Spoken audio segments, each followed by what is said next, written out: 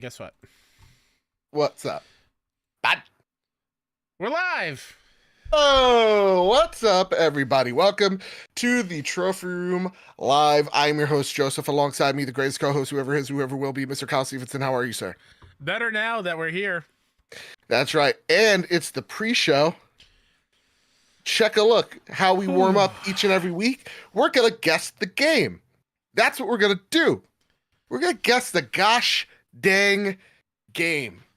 We got 7 games to guess and all the time in the world to guess them, because guess what? We got all night. All night. Well, Kyle, this is Helldivers. no, it's not. There's no way this is Helldivers. Just give it a go. Hold on. I got a tweet that we're live. Oh, okay. You know what? Same here, bro. A trophy tweet. It's this week I made a provocative title. You sure did. And maybe that gets people in, maybe it doesn't. I don't know.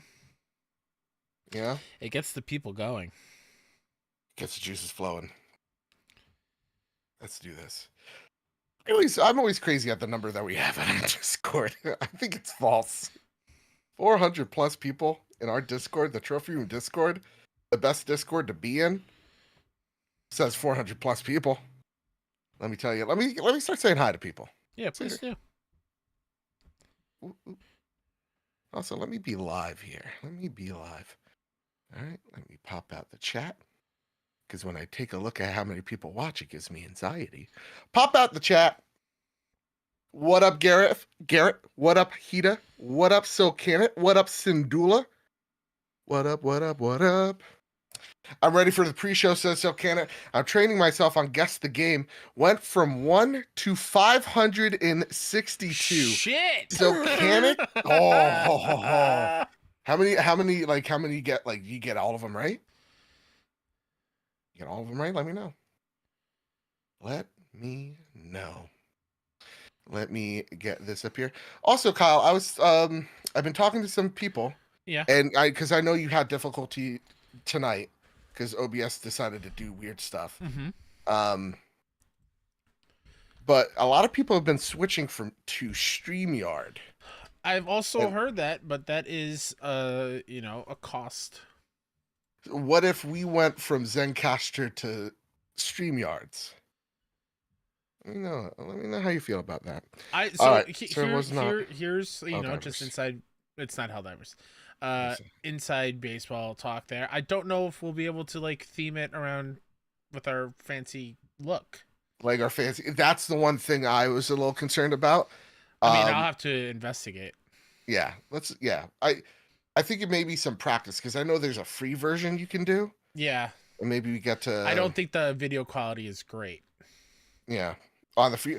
I mean, just like a test, Sure, beep or boop, something like that. That's how I do my Mackenzie, thanks for checking out the 6-1 Hades 2 preview. You guys got preview? Mike played it. I watched him play briefly for 20 minutes. Look at you guys. Oh my god. Yeah. Oh my god. Yeah, can I just say game of the year? I don't know, maybe. I mean, it's still a work in progress, but I like to think so. All right, what is this? Is this Quantum Break? 72. Why would it be? I don't know. It doesn't look Quantum Break-ish. It's not Quantum Break. No. PS3, 360, PC. Huh. I don't know why it swaps their names. I have no idea. I'm not doing it on purpose. What up, K-Man? What's going on? I had it correct, and then I don't know what happened. Okay. Oh, my camera's gonna get all weird for a second. What is this game? This is Oh, look, my StreamYards also did it. Or Streamlabs, whatever. Is this a... Ooh, Savoy says Alpha Protocol. That's a good guess. Alpha Protocol. Okay. What up, Savoy? What up, Foolish Fuji? What up, Sean McKenzie? What up? I like this. Hey, what up, Savoy? Nice job. Savoy cheated, I think. Never played this game in my life. I've only heard things about Alpha Protocol. Obsidian made it. Did not know that. Oh, okay. Did not got that. Did not know So what's in my this is pocket. the new set for now because I'm still moving stuff around, still figuring some things out. Um, I think I need to get the camera from over here. Like I need like a stand for it, Okay. and because I want to get this. I want to get like the treasure trove shit right here. Okay. You know, and the light's not getting it. You just That want to be makes me a little closer sad. to your eventual 18 inches of Mesmer statue. Oh, God, It's all like- 18 inches, dude. I love how that's the going thing now. If you have a big Yeah, statue, they're like, just make it fucking horny, dude. you know, it's whatever. Let's shove this up your ass. That's like really what it is. I'm going to guess something wild here. Okay. It's a I'm game gonna guess that Battlefield 3. I'm sorry, Battlefield. the game that 4. we had in droves in GameStop pre-owned copies Okay. of. Do you remember the game Okay. Fracture? No, I don't. It had this game cover where it was above the ground and then below the ground was like an alternate version of it. Let And me like, see. if Let me I'm take a thinking of the gander at right this game, shit. it's not Fracture. Okay. But Okay. What's okay? 84%. Do Battlefield 4. I'm just curious Okay. because I saw a broken building and I was like, "That's destructible environments." No. Oh, 360. Xbox 360. This is Oh, Halo. it's Halo. Yeah, that's Halo Halo 3. 3. And that's the carbine. If I'm not mistaken, that was It the is cool not one. Halo 3, so is Oh, then it Halo ODS? 4. Sorry, Okay. Halo 4. Halo 4 was 360? Yep. It's the last 360 game, and it looked fucking beautiful. And it really should have been a one game. I'll be real. Nice. Halo 4 has, to me, one of the best single players, and yes, the worst multiplayer. No one's gonna argue that. No sane person's gonna argue that. But it had some good maps. Okay, what's this? Seen this? Have you heard about this? Is this a diamond? Shine bright, baby. Shine bright like a diamond. I hate me. What have I become? I don't know. Let's just go. Or actually, I could possibly fit it. I could possibly fit the camera. and give me a Raving couple Rab is more. traveling time. It's not it. 97. Hey, would you mind if I try something real quick and it would delay me a little bit, but like you guys could keep guessing this guessing game? You're bailing on the guessing game? I'm not bailing. I have something that's very curious in my mind that I need to. You want I to do need it to right get it. now? Yeah, I want to do it right now. Okay. Say bye to Yeah. Joe. One sec. I might break something. Is this Galaxy 2? Let's try Galaxy 2. Hey, there it is. Nice job, Silcanet and Savoy for steering me towards the Mario line. I would have gotten it here, obviously, but all right, let's play previous days. How y'all doing, chat? It was a rough one for me today. Hope y'all had a better day than I. Oh, I don't know. Flowers, pixelated ground. It's not Oregon Trail. I don't know. SimCity 2000. Too old for Metacritic. Jesus Christo.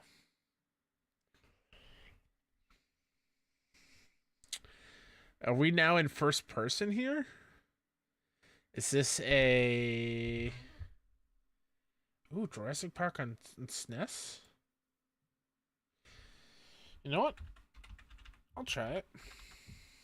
Fuji, do you have the Fracture PS3 copies of that game at your GameStop? I think you work at GameStop still. Let's go Jurassic Park. Holy shit, Aida. Holy shit. Hida, well done. Oh my god. I told you Hito was the best. Nobody That was believes me. incredible. Ocean of America. What did you All right, try how to many do? more we got? What, I fixed the camera a little bit. oh, okay. I moved it a good like I moved it across the table, and that worked out very well. Hi, Katie. Katie, I still think I should get a stand for both of them. Oh my Yeah, God. we'll cross that What bridge is when we get this? there. What is this? What am I looking at here? Fucking the dark blob. What is this? Is this the Tears of the Kingdom? I feel there's some dark sections of that game that I've never played and probably never will play. Nope. Yeah. 80. What's going on here? What's this? What do we got going on? That's runes. Put in Warcraft. Oh, 2. EB Games got it. Warcraft 2? Yeah. Nope. No. Oh my God. PC and Linux. Wait, animals with health bars.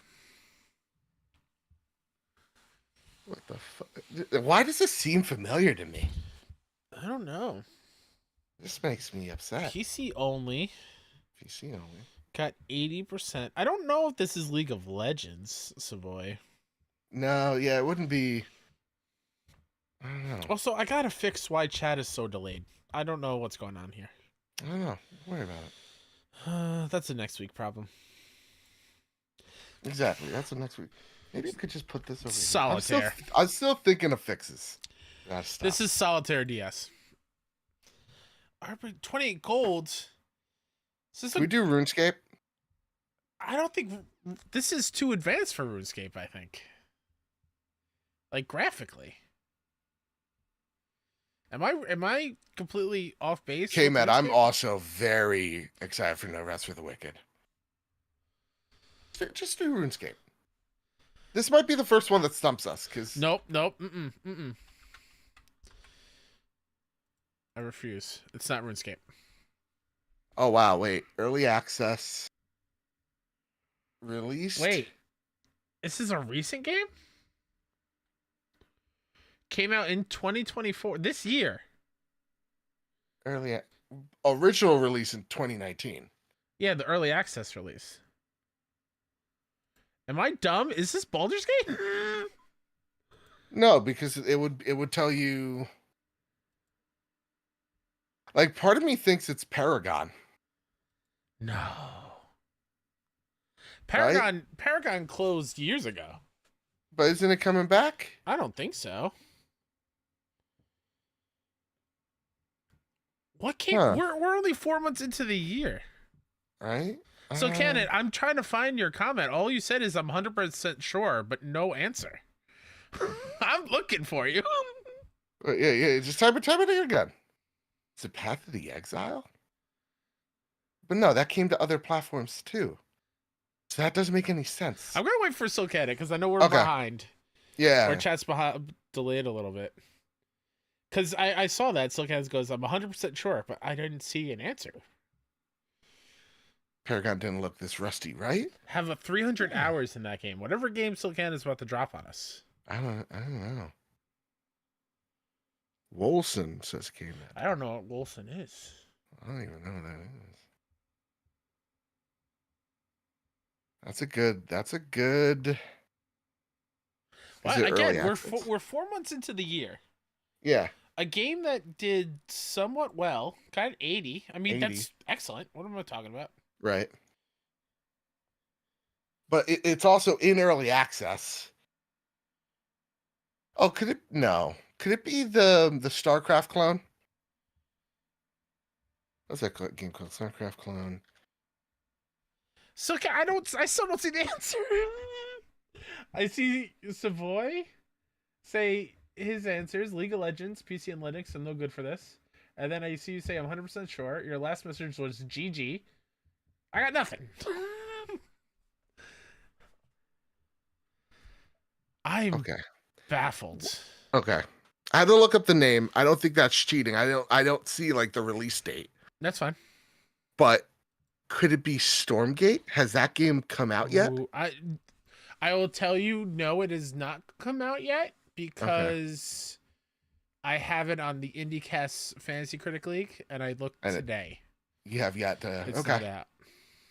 Okay. Lost Someone Ark? say it for me. What's going on? What do you mean? What do you mean? So what? So Canada, type it out in Discord. I don't know, like. I'll give you 25 cents. That's all I got for me. Right? Yeah, Baldur's Gate's was I 2022. wonder if YouTube chat is censoring it because they think it's a curse. Yeah, if they think it's a curse, go in the general on Discord, where over 400 people are. Link down below. You know what? I will move it ahead. I will say Patreon.com/.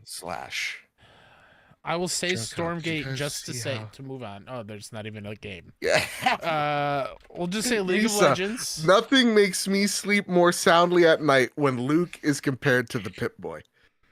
Nothing, because there's never been a more accurate depiction of a human being in my life. What's this? Is this 11th Path of hour? Exile 2 and they're tricking us? Because it looks like it. But like Path of the Exile 2 is not a... It's releasing this year. Well, has it been in early access since 2019? Well, they didn't get any A score. Right. Because we have it on a team. Yeah. Let me just see. Okay. Let me just see. What other Diablo clones came out this year? By 11th Hour Games. With our games. Let me just see. Ortra the Survivor? What is this game? Okay. It's not Pillars of Eternity. Oh, so kind of says Epoch? The last epoch or whatever. You know what? Okay. Let's go for it. There it is. Okay. Whew. You think you got us there? Fucking Silkana comes in here. And I'm not even kidding with you, Silkana. That is nowhere in here. Yeah. It's all good. Thank goodness the streak is alive. Well done. All right, we got two more. Those 500 games you played are working out. It's paying off. It's paying off, dude. Oh my god. Okay, dividends. so we're hallucinating here. Like everything's out of focus. Max Payne. I was just thinking Max Payne. Let's do it. Oh, so Candace has posted a screenshot in the Discord of the chat. Can you check to see if it's there? Oh, let me see. Because I can't switch screens right now. I fucking love this dude. Can this just be the show? I actually, yeah, it says it here. So, where? What's the next thing after that? Whose comment? No, it was the latest one on the general, in the general chat. No. But the screenshot of the chat. Oh, the screenshot of the chat. Just so I can match up to see if it's actually here and I'm just blind. In one eye. What'd you put it? Did you put that in the general? Oh, did he not post the screenshot in I there? don't think. I don't think not yet. We're doing. Guys, it's, keep it's not putting Max out those Payne. photo modes, by the way. Yeah, I like this. I've been slacking on the using the photo modes for the intro of the show, but we're doing this now, so we'll get to it. I'll make a special cool. case. It's cool. Okay, what's else? Oh, you said in podcast channel. You put it in. Oh, the podcast channel. All right, this is a 58. It's not Max Payne. Kind of. Yeah, that's weird. Now you. Yeah, that's really weird. Now I'm curious. Yeah, they're trying to silence them. Maybe because they're like, yeah, maybe epoch is a bad word. You know? Or maybe they're trying to thwart us from our. They're trying to get the. Yeah, it's true. Ooh, excuse me. Okay, scored a 58. There's bullets. There's bullet casings. Call that the shells in my business. I'm a hitman. Professional. See, it looks like a place where you'd have prisons. I mean, listen, I know all about that. Okay. This is wild to me that they're trying to silence Silkanen. I'm gonna show him Yeah. my screen. Right? So It's weird. He can know that we're not lying. We're not lying. We're not lying. We're not lying men. We're That just is innocent men. so strange. We're just innocent. Innocent We're just men. doing our best. Okay, so what's this? 58. You got Ragnarok. I got I don't Spider-Man. know. Um, Is it Spider-Man 2? no, why are there bullets? Ooh. What if it's like a Punisher game? Was there a Punisher game? There was. Let's just go to Punisher. Let's see. No. No. S- Oh, what is this? Okay, platform, sniper rifle. GameCube, Xbox, PS2, PC. We talking not Hitman? Time Splitters. It's not. I don't think it's Hitman. Dude, just... That font seems familiar, It's like Siphon Filter, right? It's like but I don't think Siphon Filter was on GameCube. Oh no, obviously. No. Oh, Savoy. Enter the Matrix. Savoy. That makes sense. The That font makes now. Total. If it's not Yep. that, I don't know what to tell you. yeah, there it is. Yeah. Nice job. Also, please stop making those movies. Please stop. Please stop. Oh my goodness gracious. Huh? Is there such All a right, the thing final as filter one. chat? I'll check a look. I don't think so, because it would just be like messages removed. Maybe it's guess the game. They're like, he's too powerful. You think about that? Maybe. Could be it. Could be it. No, All right, I are you changed ready it for to the all final game? chat and it's still gone. All right. So strange. All right, last one. Yep. Oh my god. What in the narwhal are we looking at? Okay, so it's either a 5th generation game or a DS game. Something's telling me. Is it Elf the game? Let's just do Elf the movie. I mean, No. No. Too old for Metacritic. Too old for Metacritic. Okay. Come on now, guys. I was 4. Kita, pull out the Jurassic Park for this one. What do we got here? Like when people tell me you never played Metal Gear Solid 2, I was 6. I mean, I love Klonoa. I'll put it in there. Yeah. I mean, what is there to lose? Holy shit. What? Savoy. Look Well at you done. go, That bro. didn't click with me. Yeah. Holy shit. Yeah, I would have known from here. Fair enough. Wild. Hey, Streak's alive. Shout out to chat. Streaks alive. Thanks Thank for you, keeping chat. this alive and well. Ooh, all right. You guys ready to talk about PlayStation? Are you No, hyped? I'm not. Kyle, why aren't you? Oh, let me make sure my call settings are okay. Yeah, please do. Like last time. Where I'm a little dumb. I'm a little ditzy. No, you're not. You're fine. Restarted everything. Dude, when I tell you I moved everything this weekend. I felt very fulfilled. All right, I'm ready. Okay. I didn't check if this is still here. But you know what? We'll find out. We'll see in 16 seconds.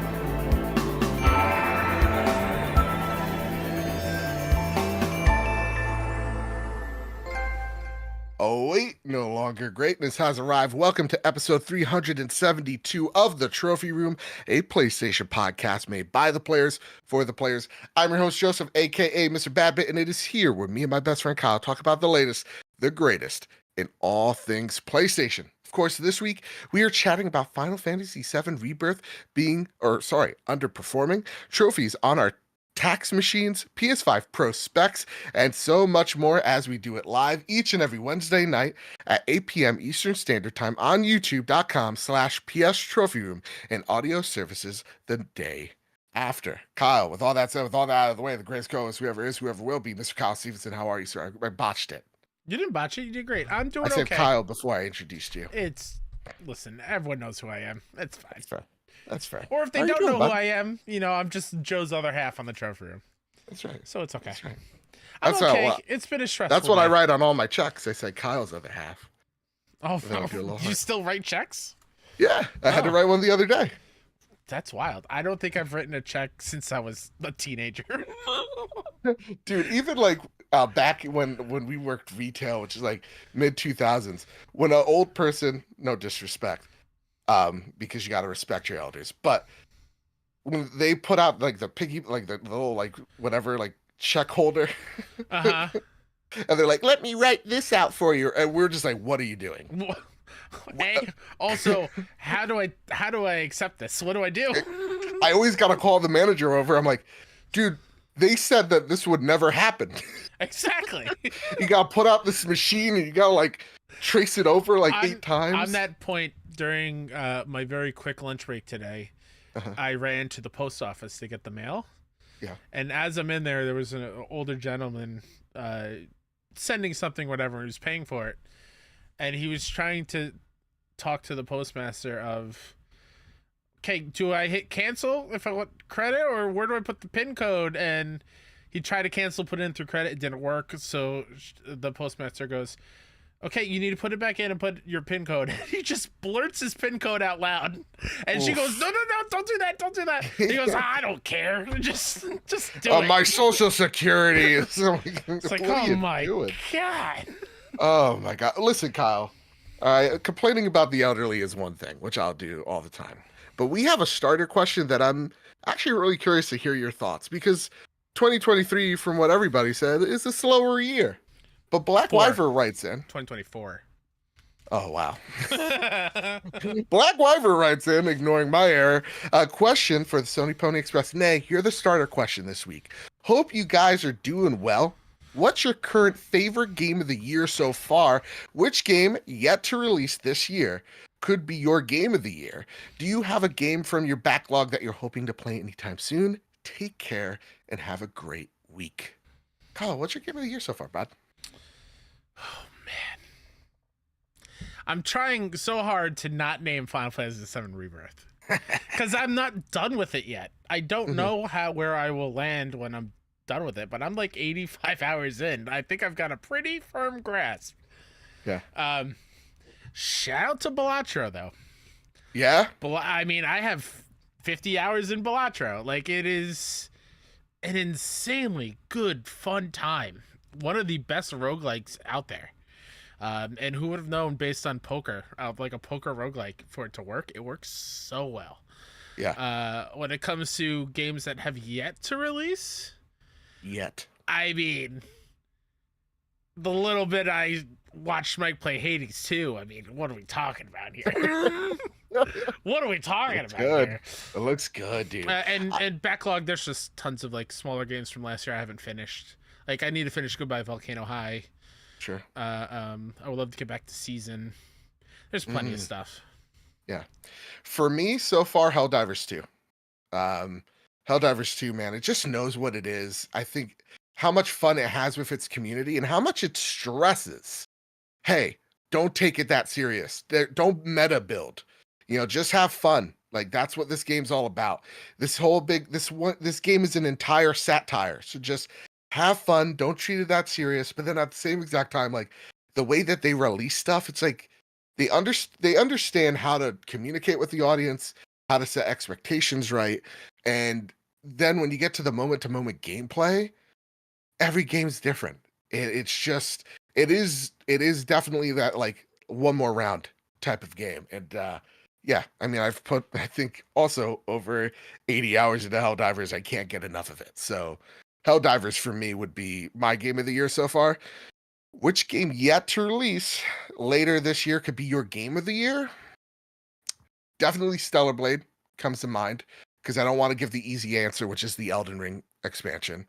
But then also, I'm really curious about Silk Song. Like, we all know it's coming out this year. Just shut up and say it already. They're ramping up. Just like, hey, Jeff, either open the show, end the show. What's happening? Come on, just tell us. Both of those, because I think I've re-fallen in love with, the Metroidvania. So I really want to get to Silk Song. That said, what's a game from your backlog you're hoping to play anytime soon? That's a tricky one. I mean, you're Mr. I don't believe in backlogs.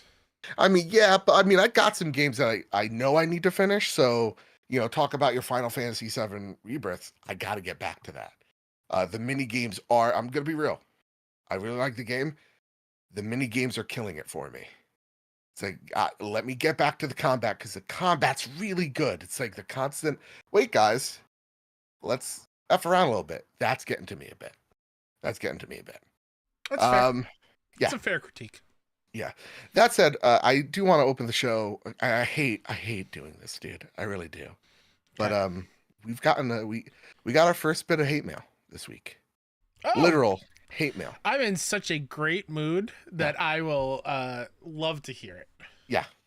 We and technically DOSed. So this is serious business. Oh, are you? Did I also get the same thing? I think you did. Did it arrive at the same time? We're being under attack right now. On the count of 3, do you want to raise it up in front of the camera? Yeah, sure. I have it outside of the envelope, by the way. Okay. All right. Ready? 3, 2, 1. What is this? What is this? What is this?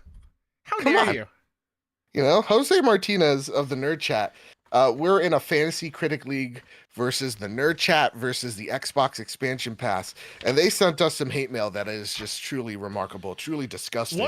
What am I going to do with this sticker? What am I going to do with this Xbox sticker? Right? I got this Nerd Chat constellation sticker. Other ones, great. I know exactly where I'm going to put them, but what am I going to do with this one? Got this one. It's an Xbox Series. What is this? Get out of here. Yeah, and then this is what they say on the letter. Okay? Yep. You ready for this? I'm ready. Thanks for joining us. Thanks for joining this year's draft and being an awesome person. Keep up the great work and #see you online, the Nerd Chat. Dan, Jose, and Jason. Yep. Very nice. You know, you could put out a letter of veiled threats. That's one thing. But the sarcasm in this letter, overboard. Okay? We got to demolish these kids because I've about mixed. Shout out to this sticker though. I love this sticker. Yeah, I do like that. Morden is my homeboy. Hell yeah. Oh yeah, he is. No, great. Shout out to that. I love when we get little knickknacks in that from the fans and from friends. It's makes it very cool. Yeah, but you send one of those letters again, I'll go. Yeah, we have your return address, Jose. Exactly. We know where to show up. Yeah, tread lightly. Okay. I could go fly a plane to says name of state now. Exactly. You know? Yeah. All right. I'll go to New Hampshire. All right, everybody. Listen, it's a little bit of housekeeping for you. Of course, we got the Trophy Room merch store BB link down below. And here's a little ad read from the community themselves. You want to join the Buy the Players discussion each and every month? Well, head on over to the link in the description below or on our Discord to sign up for our game discussion in May. This month, we are talking about, yes, the amazing Final Fantasy VII Rebirth. So it looks like I do got to finish that ASAP. The sign-up deadline is on April the 30th. So hurry up for a chance to be a part of this great discussion. Contact at Marcus O'Neill or Drellish if you have any questions.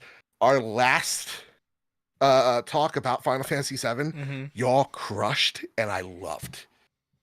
Y'all are amazing. I love doing this stuff with y'all each and every month, and of course you get to listen to it when it goes live the same week over at patreon.com/PS Trophy Room. And really quickly, yes. I know I wanted to do MLB Mondays with y'all. I tweeted out Monday.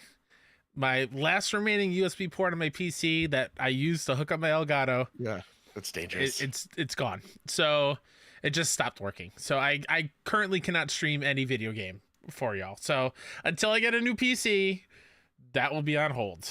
Patreon.com/PS Trophy Room. One day. Well, like, real talk, we're going to have an after show conversation about it because I think that's critical. Like, something needs to be done ASAP. Well, once I get my first big boy paycheck. I mean, listen, we'll see. There's payment plans options. I've looked into it. Okay. All right. Fair enough. And listen, of course, it's time for a Patreon pitch. If we ever got you through a long car ride, a tough day at work, whatever your situation may be, the reason why we look so good, sounds so great, is because of your generosity over at patreon.com/PS Trophy Room.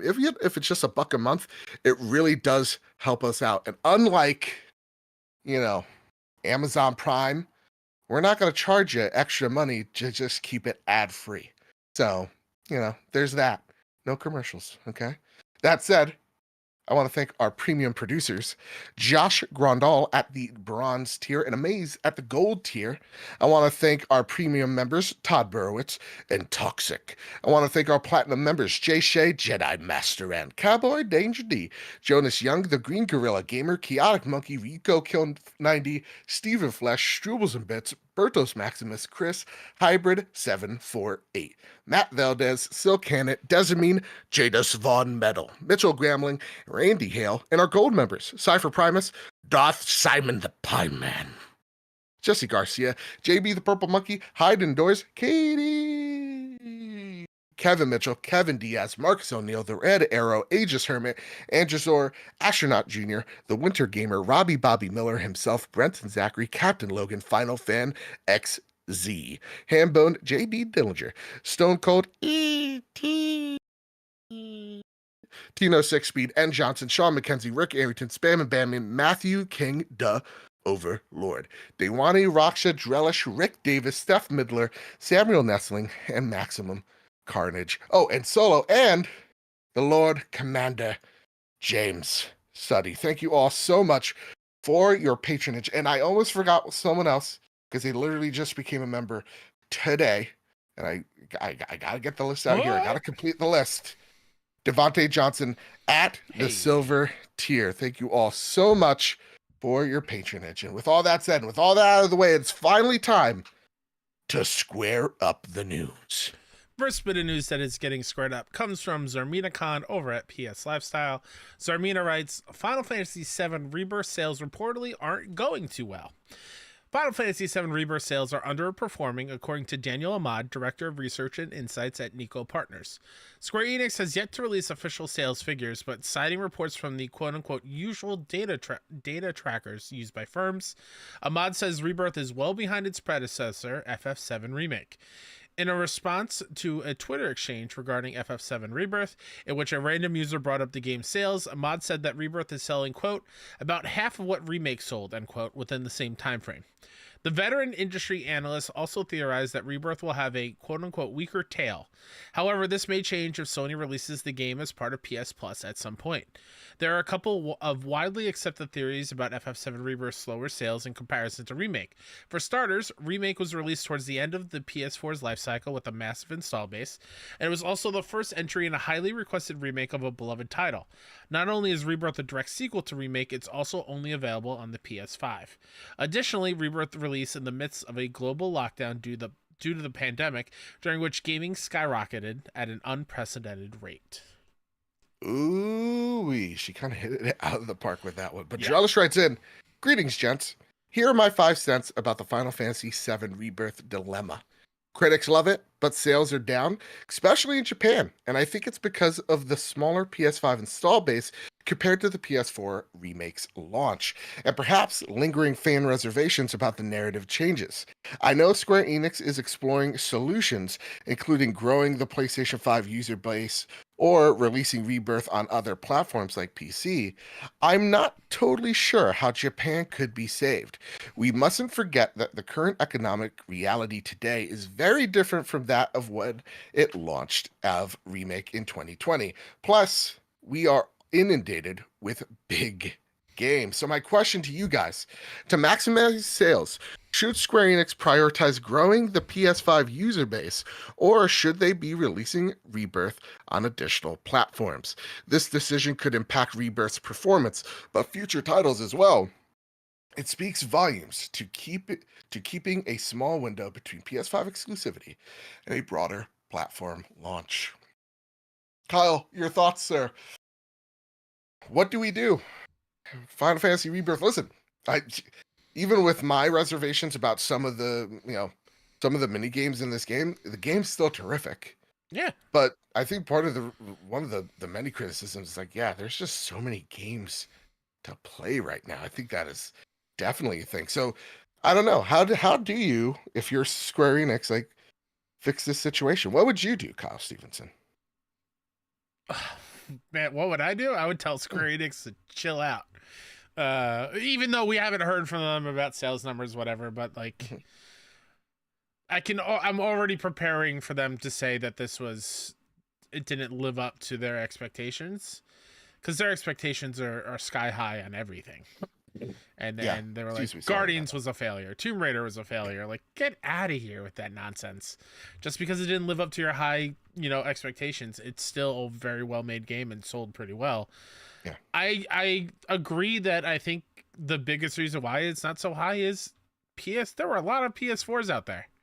Right. There are a lot of PS4s, and inherently that's where the number difference comes from. And I think in the next few months, I will not be shocked for them to be like, hey, it's coming to PC in a quicker fashion than Remake did. Oh, Like, you're going to get it much sooner than waiting literal years for Remake to come to PC. Just because I think it makes sense now. That's the strategy, and I'm totally okay with that. But I'm not afraid for the possibility of a part 3. Right, because it's already happening. It's already in production. They said it was going to. So if it didn't sell well, bummed, because I think the game deserves to be played by almost anybody who's a fan of RPGs or Final Fantasy in general.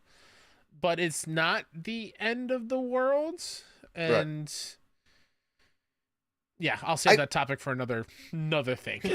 All right, fair enough. Because like for me, first off, I think we have to get over the fact of like, you're getting part 3.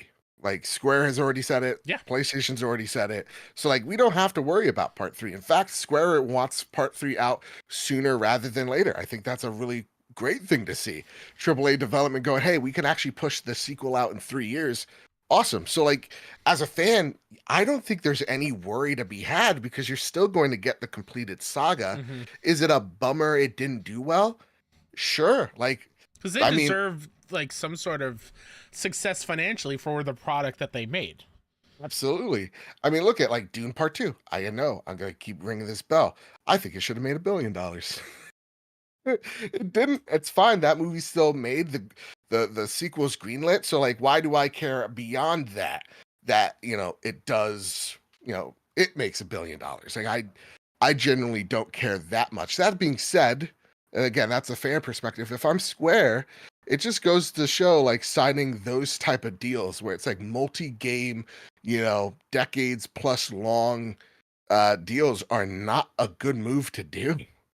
The industry has changed so rapidly in not just 4 years, but in 2 years. I mean, take a look about how this industry is shrinking right now, and you're seeing developers, big publishers talking about going beyond platforms because they can't deal with the 6 same games that is your Call of Duties, your Fortnite, your platformed games, and they have to go start looking somewhere else to make that money. It's just a totally different market than where it once was. It's about, and I'll save it for the topic soon to come, but like, it's about meeting the consumer where they are. And right now, you're right. They're not in Japan, at least. They're not on PlayStation. That consumer base is is more inundated with mobile market. So I think that's where it's just some of the markets just shifting, and we as a consumer base have to be okay with not every game release that comes out is going to break all the records. Some of them just aren't. Like Rebirth, yeah. I mean, it's a sequel game to something that is, I think, incredibly popular. I would be also disappointed if it didn't meet my financial expectations. But also, this is going to be like a standard thing I say for years to come and don't get credited for. It's like, what is Square's expectations? Mm-hmm. What are PlayStation's expectations? Let's take our expectations out of it for a second. What's theirs? We don't know. We don't know where the finish line is for them or where they thought they would be, what's low or what's high on their list. So it's like, to me, it's like, okay, so it's performing half. Yeah, what happened during the first 2 weeks of that game's release? Global pandemic, everybody. I remember the news of like peripherals selling out like crazy because everybody was buying headsets to go talk to people online. So upset because I was waiting for years to play the first remake. Mm-hmm. And my copy of my deluxe edition was at my GameStop, but it was closed down and I couldn't go because it was in the lockdown until they came back a few days later and reopened, and did the weird exchange where you waited outside and they brought you the game. Remember that? And like you were, I mean, you were so kind enough to give me money to buy it digitally because you knew how much that game meant for me, and I just couldn't wait. I was so Yep. upset. Like that was the way the world was working at that time. It was so strange. So it's like, to me, it's like, yeah, I get it that it may be disappointing, but like we don't know what Square wants. We don't know what Sony wants. We don't know where like they were projecting, like where they thought this game would be without, the COVID bump for lack of better words. And So, I do want to add Landon's comment in chat here because I do understand where combined with this, it may look like something bad is happening, but Landon goes, not really related, but also interesting that a whole bunch of Final Fantasy games are being pulled from the PlayStation Plus catalog. sure. So I can totally see people reading this headline and going, "Oh, Rebirth's not selling all that well." Also, pretty much all the Final Fantasy games are leaving PS Plus. Is Final Fantasy in trouble? Is Square Enix in trouble? Which I don't think it is. It's just deals. Well, listen, Kildane writes in, I wanted to chime in on the report that Rebirth has sold, quote, below expectations. I think there's quite a few factors to explain this. The PS5 install base versus the PS4. Final Fantasy may be watering its own base, similar to Marvel, with the release fatigue and the fact that competition is fierce right now in 2023 being so huge so far. 2024 hasn't disappointed yet either for me personally. I've held off because I have a healthy 2023 backlog, and Square Enix has brought several titles to PlayStation Plus, so it seems like I could just wait it out and get it down the road versus spending $70. How do these companies come to their expectations? See, yeah, great question. Do they not see the big picture beyond their Excel spreadsheets? It's concerning to see reports like this, especially when we already know a third title is expected as part of the original plan. Does that put it in jeopardy? A lot of posts seem to make this call to expand to Xbox, but I think there are plenty of other considerations to be made. That has made this launch different. I don't think the silver bullets Xbox guys. No shame to Xbox. I would love you guys to have it. But Xbox's community is not known for supporting JRPGs. Just gonna say it. Their community seemingly is a little bit more resistant to those titles, though I've seen a lot of like people opening up to the idea since Persona. Yeah, exactly. But I just don't think, when you take a look at the install base of, the PS5, which is around 60 million, and then you see the install base of, the Xbox, which is around 20 million, how many of those 20 million folks are going to buy Final Fantasy? And probably they're doing the math, counting the beans, and seeing that it's probably, I don't know, not economically worth it, or just them saying, well, we're just not allowed to buy PlayStation to put it on Xbox. So, to me, I don't know. Because on one hand, they are porting Final Fantasy, the MMO, on Xbox. So, I don't know. Even while I'm saying that, I'm workshopping it in my head. I could totally see, again, I'm just theorizing here. Okay. Final Fantasy Remake is now on PC. Rebirth will eventually come to PC. The third game, whatever it's called, will be PS5 PC for a little bit. But eventually, down the road, I could totally see a trio pack come to Xbox. Like, hey, all three are out. Here you go. Yeah. And like, granted, it still sucks for the Xbox players who want to play it on their Xbox and seemingly probably going to have to wait like a full, I don't know, decade since the first game released. Yeah. If that. But down the line, I totally could see it coming to Xbox. It kills the hype of that launch as well, because so many people are like, yeah, but it's like now like 10 plus years old. Fair. Right? That's why I think the staggered release is becoming more and more of a mistake. Like, there should have been day and date on PC and PlayStation. Sure. And I think that would have helped this game significantly, because there are a lot of people that they're like, hey, listen, I would have loved to buy this on my PlayStation, but I don't play there anymore. I'm playing on my PC, or I played it on my PC. I'm just going to wait till it's there. And that's how they're going to choose to play. So I think by just having it day and date on PC and PlayStation just makes the most sense for Square Enix.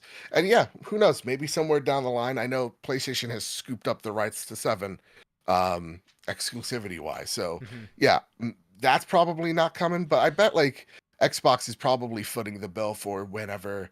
Yeah, well, they're probably footing the bill for online, and they're probably footing the bill for Final Fantasy 16 in a bigger way. Yeah, So and to Kildane's point, I think that's a great idea that I did not think about, just because I'm a fan and I'll play them regardless. yeah, The fact that last year we just got a mainline Final Fantasy game, and less than a year later we get another gigantic Final Fantasy game. mm, For people who on the outside looking in are like, oh, there's already another one. That one's already a huge game. yeah, It's too soon for me to dive back into another huge, expansive JRPG. So yep, I could definitely get like the Marvel release fatigue idea there with, because Final Fantasies used to be so spread out. Like it was a big event. We're finally getting a new one, yeah. but two back to back, less than 12 months apart from each other. It's a lot. True, true. On top of 16 getting DLC expansions as well. Like You're right. it's a Next lot week. of and 14 was it Dawnwalker? Yep. Is Dawn what Trail. Dawn Trail is 2 months away. Like there's a lot of Final Fantasy going on, and maybe there is some sort of fatigue going on. Yeah. Yeah. At the end of the day, though, I know maybe it's coming with my old age and Sure. maybe me being like the YouTube cycle of like, we must hate what's ever happening. It's like, I can't find myself being so invested. If this was like Titanfall 2, right? And I don't know if we're ever gonna get a Titanfall 3 situation. I'd be like, everybody, you need to buy this game. We need to prove that there's a Yeah, sequel's already in the pull works. Emmett Watkins. Exactly. Nonstop, be like, hey, Titanfall 2's on sale. Go get it. I mean, you hear me every week talk about Bloodborne 2. To me, it's like, yeah, they already have the sequel planned out. They're talking about it releasing 3 years. So it's like, there's nothing that I need to particularly worry about because I know, you know, they're gonna finish their story. That's a WWE reference. Oh, I love it. Cody Rhodes. Love to hear it. Yeah. So like that's how I feel at the end of the day. I'm like, can't feel too bad because I know I'm getting the third one. I don't know. Maybe Exactly. I'm just easy like that. I can't wait for whatever that statue will be. I will have enough saved up to own Oh, yeah? the next collector's edition. All 19 inches.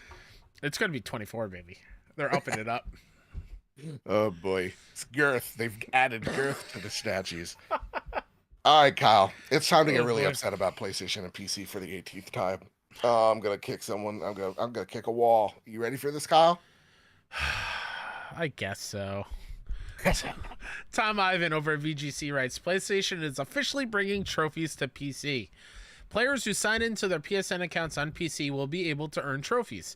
The list of trophies is the same as the PS5 version of the game, but it's not clear if the list will be treated as separate from the PS5 version, as in the case with games that have both a PS4 and PS5 version.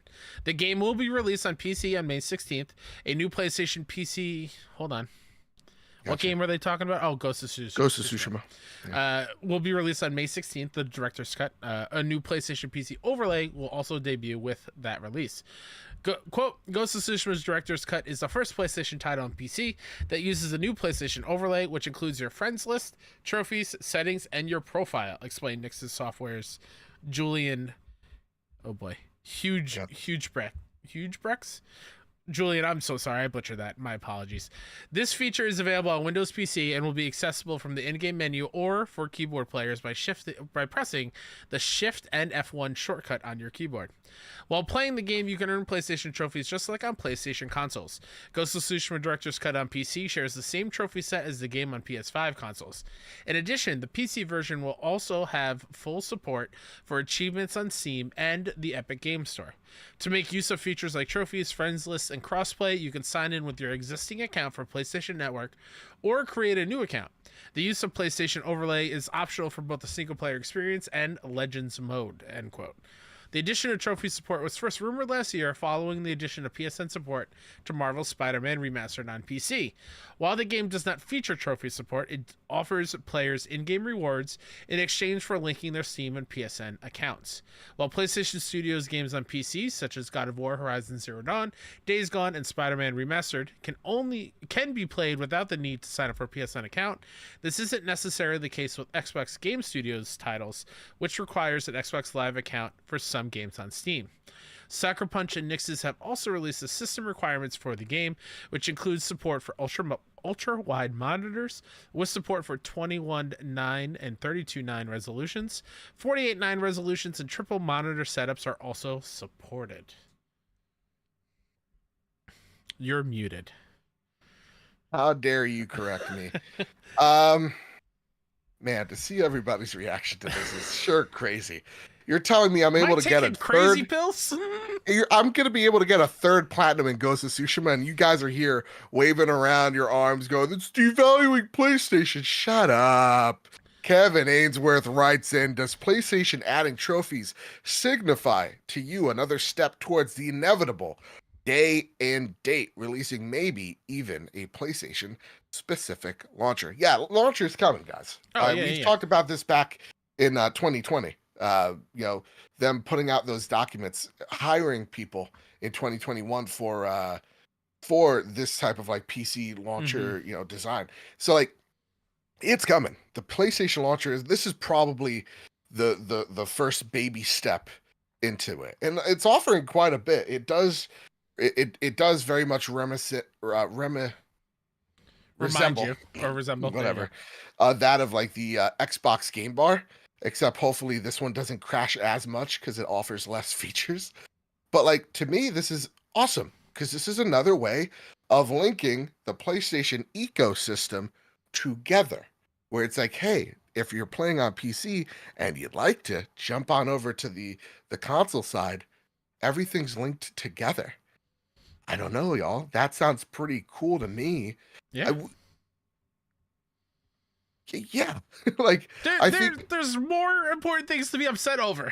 I know. When I saw everybody like, does this signify another step towards the inevitable day and date? Sure. I think it speaks more to window closes a little bit instead of being a year between console and PC. Maybe we're getting closer to a 6-month window. But not even that. I think this signifies more a unification of the PlayStation platform, right? Being part of the PlayStation ecosystem that could stretch beyond the console. Listen, Xbox has done it. They're in the part of they've gone through a lot of the growing pains, and I'd argue somewhat still is with some of this. We're seeing it right now with PlayStation, right? A few months ago, Hiroki Totoki said the quiet thing out loud. Of like, we need to do something to help improve these numbers and help improve these margins, the console exclusivity thing, window. And so it's like, what it's going to mean to be a PlayStation gamer, guys, is going to change. It just is. And, to me, I take a look at this going, yeah, it's about unifying the launchers together so that when you take a look at PlayStation, you're going, oh yeah, it's the thing I could play that has dedicated hardware. It's the thing I could, log into on my PC, or the thing that I'm eventually going to stream on my phone. Like, that is what they are saying. They said it to you guys 2 months ago. So when I see this, like, oh my God, the end of days reaction, I truly don't understand it. It's fanboyism, but like, it's so tribal. Like, these companies have already proven to you they don't care about you, though. Lay off X amount of hundreds of thousands of people. Like, I don't know why we're taking so much stock in them in such a like tribalistic way. But like, to me, I just see this as a good thing. If you're a PlayStation gamer, you can go to other places and still experience a PlayStation way of play. So who cares? Yeah. Agreed. Green Gorilla Gamer writes in, "Sub boys, I haven't quite finished last week's show, but I did enjoy your thoughts on Destiny 2. Well, thank you. I didn't get my question in on time, but I really hope it does well. Same. As for this week, man, I am excited to hear about trophy support on PC, but I'm wondering if these trophy lists are standalone or if they are just tied to the PlayStation trophy list. I hope they aren't, because I'd love to get a second Spidey Platinum for playing them on PC. Looking forward to David Diver while I suffer from food poisoning. Have a good week, boys." Bummer. Feel better soon. Yeah, so the Triple G. way it looks like you link it up, and it's a really good question. Again, theoretically, the way it's worked before means there's going to be a PS4, PS5, and a PC Mm-hmm. tab Mm-hmm. when you're looking at the list. So if it is similar to, the way they've done it in the past, that's how it's going to probably work, and you'll get another shiny platinum, which I think is neat. Or it could just be, hey, we're linking it, and you don't get a third platinum, you son of a It gun. would be neat to get another platinum. Why are you However, saying but? Well, I don't give me that. I feel like this is more like, is cross save involved in this situation? Not that I'm aware of Okay, right because now. I could totally see it just being, hey, just continue your progress, Right. and the trophies list is the same, and it still ties together. Yeah. Let's say it's like, what's the word I'm looking for? They Specifically mention, hey, it's got its own trophies similar to the PS4, PS5. Yeah. Then I will move forward with the thought of it's the same trophy list PS5. They're just working together. Yeah, no, I think it's going to be like identical lists. I just think No, there's I gonna just be mean they're another working tab. together. Like you can unlock one on PC and it'll still Oh. count towards the same list you were working on PS5. Oh, okay. So meaning there's only two platinums you can get Yeah, on? I that's how I'm gonna. like that. Unless they say it I don't like that. explicitly. I want a third don't know. platinum on this. I believe me, whenever I eventually get a Steam Deck, I would love to play this on the go. and platinum it on if the it's go. Steam Deck compatible, Yeah, which dude. Come we on. pray, I mean, that would be game over for us. Yeah. But again, we talk about where PlayStation was 4 years ago to where PlayStation is today, and we're met with this really hard reality, which is that they can't keep up the rate in which they're doing it, and they have to go to other ecosystems. That is just reality. Like, you may not like it, you may think it devalues whatever, but like, just take a look at what Xbox has been doing over there. 40 million people have played Sea of Thieves. Okay, are the Xbox Series sales behind the Xbox One? Yes. Is it by much? I bet it's negligible when you have 40 million people playing Sea of Thieves and buying your microtransactions and engaging with your in-game economy. I bet it doesn't really matter that much if they like I just don't understand the fascination of like it has to break the record, because if they don't break a record, if the PlayStation 5 doesn't sell as much as the PS4, this means this generation's a failure. They've already echoed. First off, PS5 selling better than the PS4, but not even just that. They're all echoing, hey, the console market has a ceiling. We can't keep up making these games. We have to go to other platforms, and they are saying it out loud, PC and mobile. Right now, PC has been a way for them to pay off their development fees making these games. I bet you somewhere down the line, they're like, hey, listen, this can't just help the development of these games. They have to make a significant amount more profit.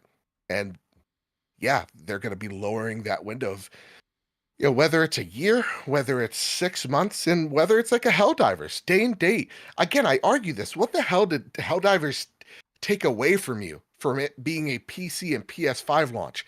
Absolutely nothing. Mm-hmm. It is an amazing game, and I believe it's better because it's on PC and PS5. Yeah. So, like, to me, I just don't see the arguing over this. The reason why I love PlayStation is not mainly because of the hardware.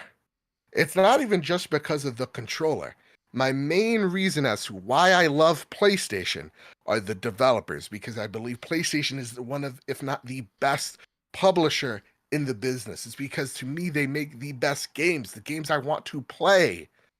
And so if that means someone else gets to enjoy the game that I like with a mouse and keyboard, it doesn't matter, because I love Santa Monica. Why do I care if the next God of War is on PC? I don't care.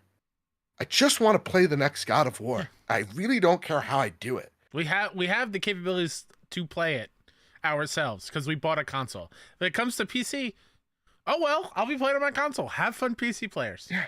So, like, yeah, Kevin Ainsworth is right. There's an inevitable day where it goes day and date. I think we are years away from that. Mm-hmm. And I think we have years of PlayStation telling us it's okay to get the people that are throwing shit at each other to go, oh, it's actually all right. You know, it's like, that's right, Puerto Rico. You pat him on the head, you feed him, some beets, feed him like, here you go, buddy. You put the quarter in the machine, you feed him a little bit. You go, here you go. Get on the little horsey outside the grocery store that kind of rocks like this. Exactly. You put a quarter in and it just goes. That's it. It's nice. Calm down. It's okay. Why the hell do we? I don't understand it. Just when I see this is why like I'm so less of like on social media. It's just like they're just throwing crap at each other today.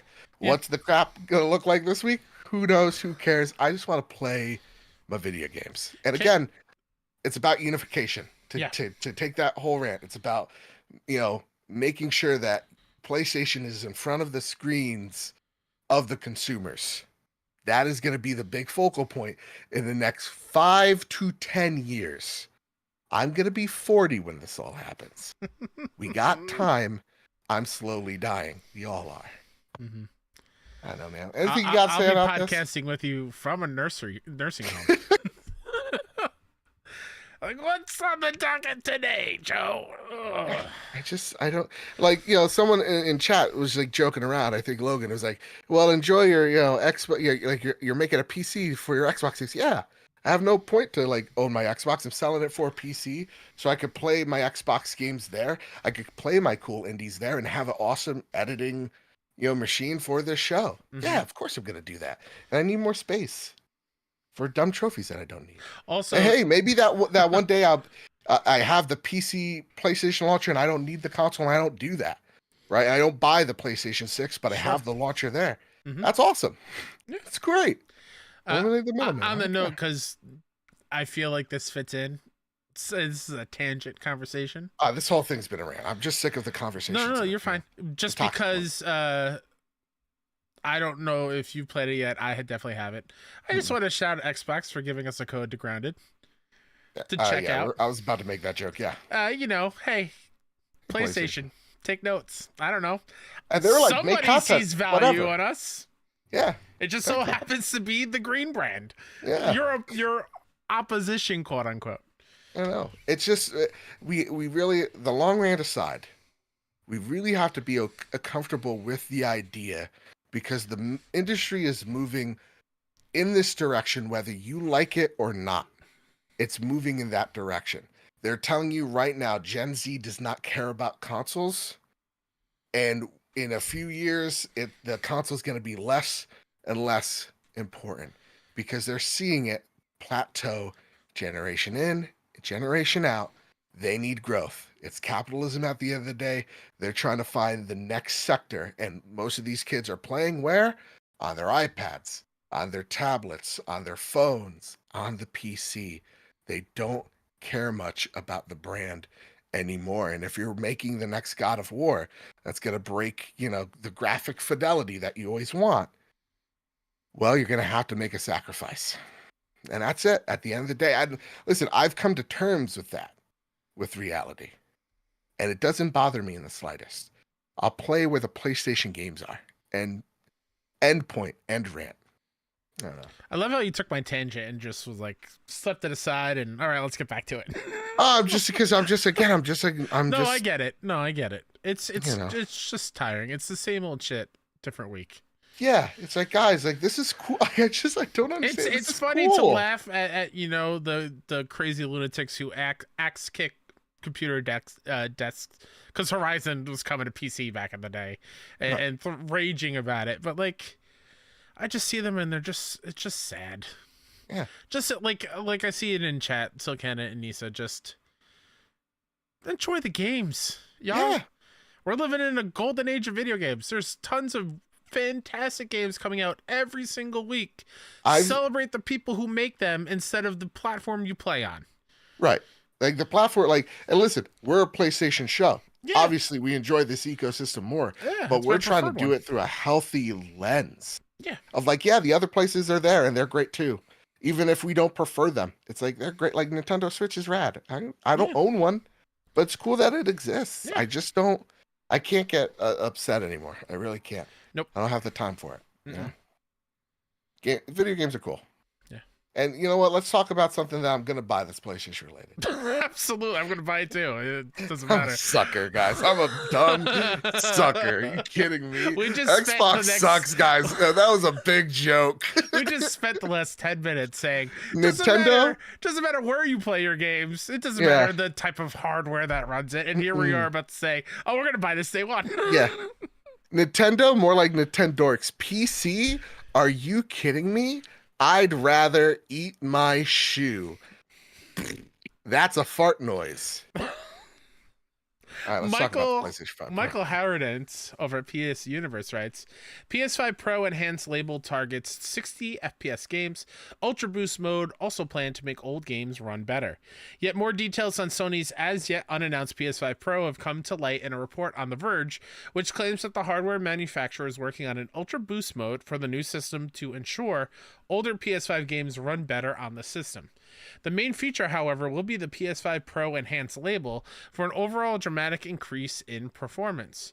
Sources told the publication that Sony is requesting that developers work on a new graphics mode exclusively for PS5 Pro that combines the company's PlayStation Spectral Super Resolution, the PSSR, upscaling to 4K resolution and 60 frames, complemented by ray tracing effects.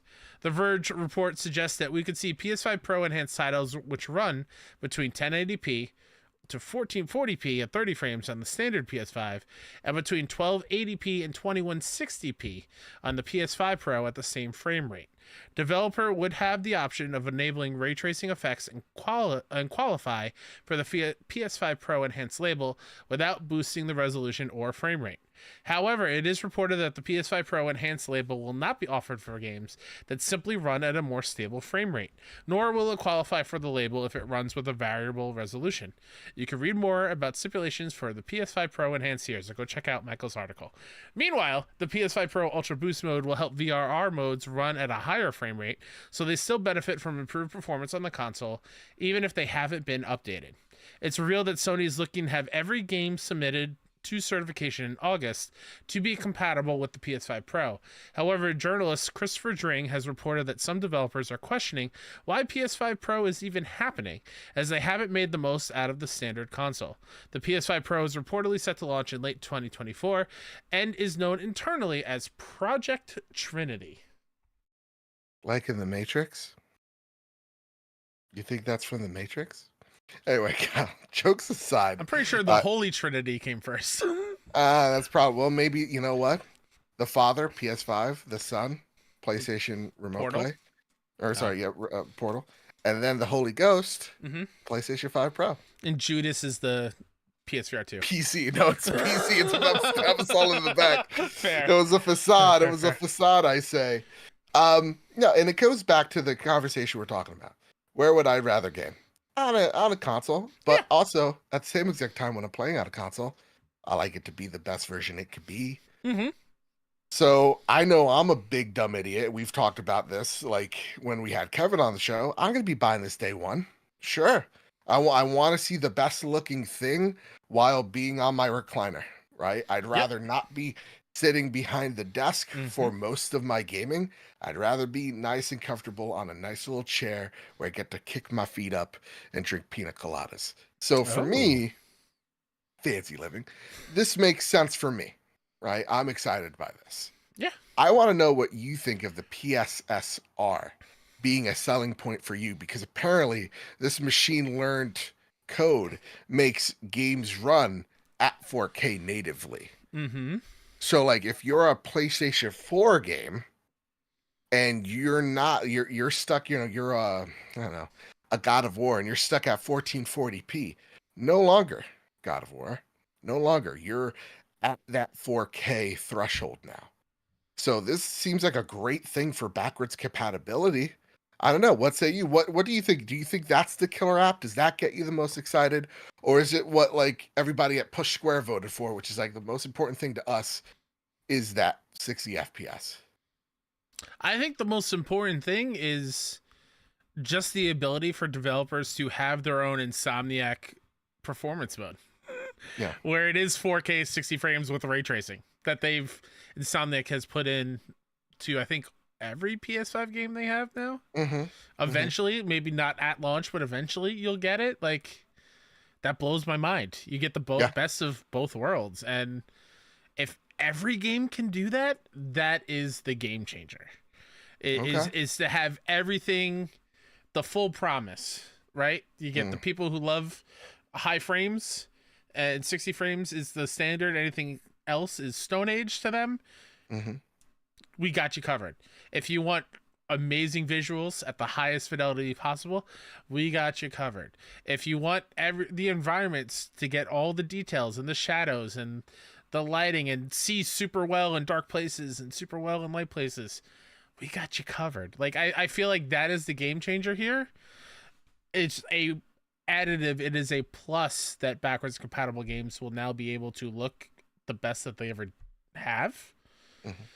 But to me, going forward, if it is true, every game to have that performance mode, quote unquote, and that just be the standard, that's the game changer. Yeah, same. Again, I want my games to look the best. I want them to run the best. Because I'm tired of picking. I'm Right. tired of choosing. Like, when I think of Horizon Forbidden West, I wanted to see that game in full fidelity. Yeah. But, like, ever since Spider-Man, 60 frames has kind of been, like, my thing.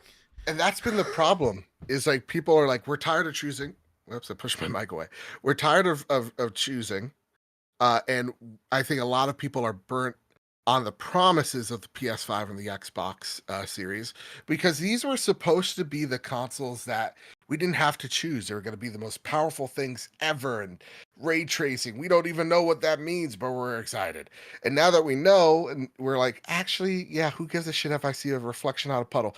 Let me run the fastest, you know? So to be able to have something that is a bit more, you're right, like, you know, held, no longer held back. Yeah, that's awesome. And to that point, like, if a game doesn't have that option, and you just play the way it was intended, and you're like, oh, this is fine, even if it's at 30 frames, and your eyes just don't have to worry about adjusting between the two, and you just play it like intended.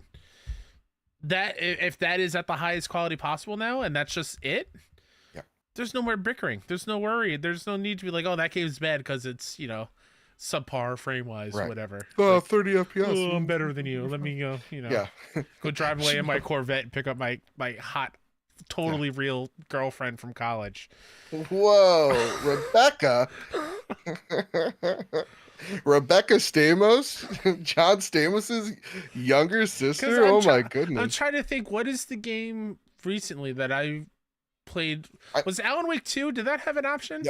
Yep. But even there, I think I played 30 frames from beginning to end just because I wanted it. I wanted all the visuals to hit, and it didn't bother me because I never made that switch. Right. So the fact that if there's no switching to be made, that's the goal.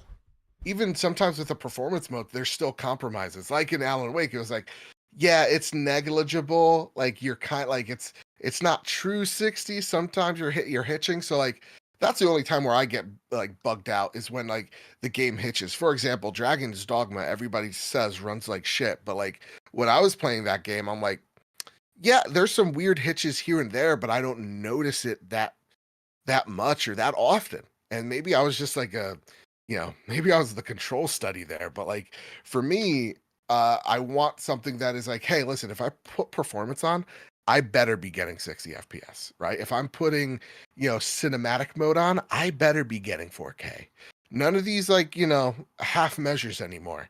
And I think that is what excites me about the PlayStation 5 Pro thus far. But I think the thing that does excite me the most is that super spectral super resolution. Like being able to go back to let's just say, Kyle, let's just say it. Bloodborne runs like shit. Okay? In Old Yarn. Yeah, dude.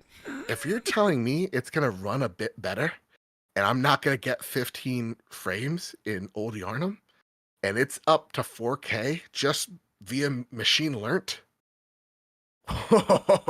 That's a day one buy for me right there. You lost Joe.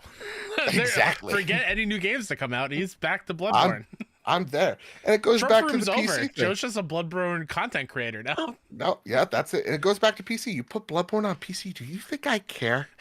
Do you think I genuinely give a flying No, I'm gonna be an old Yarnum getting 60 frames per second, like Shuhei Yoshida, I truly believe proclaimed. if there was ever a Bloodborne PC port, not that this would ever happen, and controller support was not there, you would learn keyboard and I'd mouse. learn. I'd learn, dude. I will move a boulder. I will punch a boulder like Resident Evil 5. I will do whatever. You will I'll go play to your with your local community center to take night classes to learn how to become better mouse and keyboard player. I'll play on the Nintendo Power Glove. I don't care.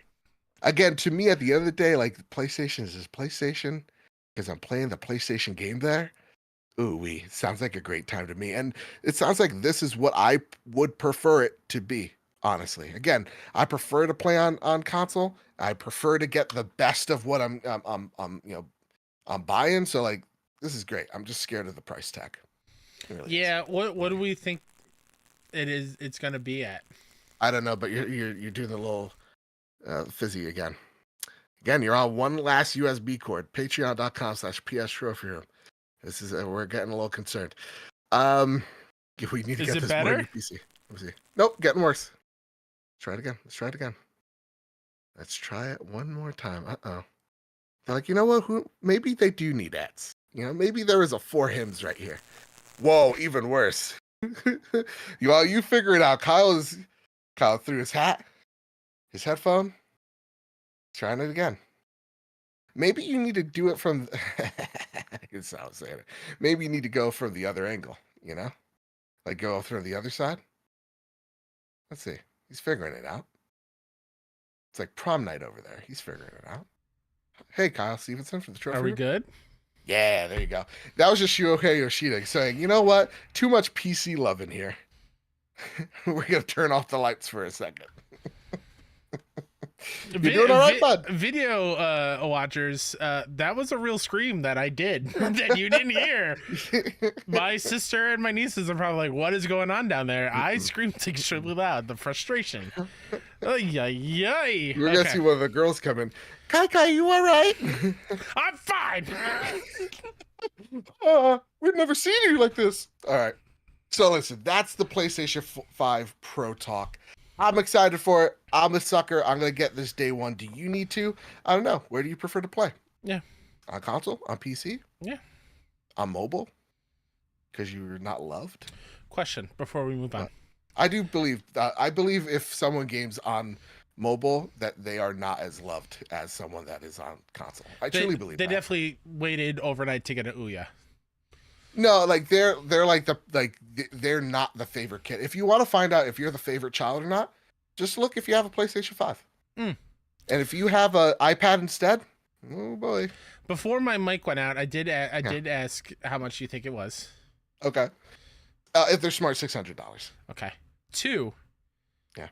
What's this bad boy looking like? Is it just the redesign? Is it with the racing stripe? Kyle, if the PS5 is as dumb as it looks now, this is about to be the dumbest goddamn thing we've ever seen in our life. Seriously. Yeah. And am I going to be forced to buy that stupid disc attachment? Yes. Yeah. Yeah. I think it's going to be a thicker PS5, truthfully. Without just like a disc drive. Is it going to be thick without a disc? That's what I mean. Like, am I going to have to buy that stupid attachment? It's not stupid. It makes sense. It doesn't. Yeah, it does. Maybe you want it. Maybe you don't. That's a good question. I will say they're going to cut the price down. It's going to be digital only. You got to buy the dumb disc drive. So with the disc drive, it's probably going to be closer to $700. Probably. This is going to be a very niche product. Yeah. And listen, like we were talking a few weeks back, I kind of retract the statement. Maybe they do drop the PS5 to $400. They could. Because we've been seeing a lot more sales as of lately. Right, like 430 right now in some places in the EU. So like maybe they do have it where it's like 400, 500 again. Who knows? Yeah. That said, Nisa writes in, my 8-year-old nephew loves his iPad and plays more on that than anything else. Girls too. Now, does he have a second? Like, does he have a sibling? Answer that question, Nisa. I mean, my nieces play exclusively on their iPads. I was like, hey, here's the Switch. I bought it for you.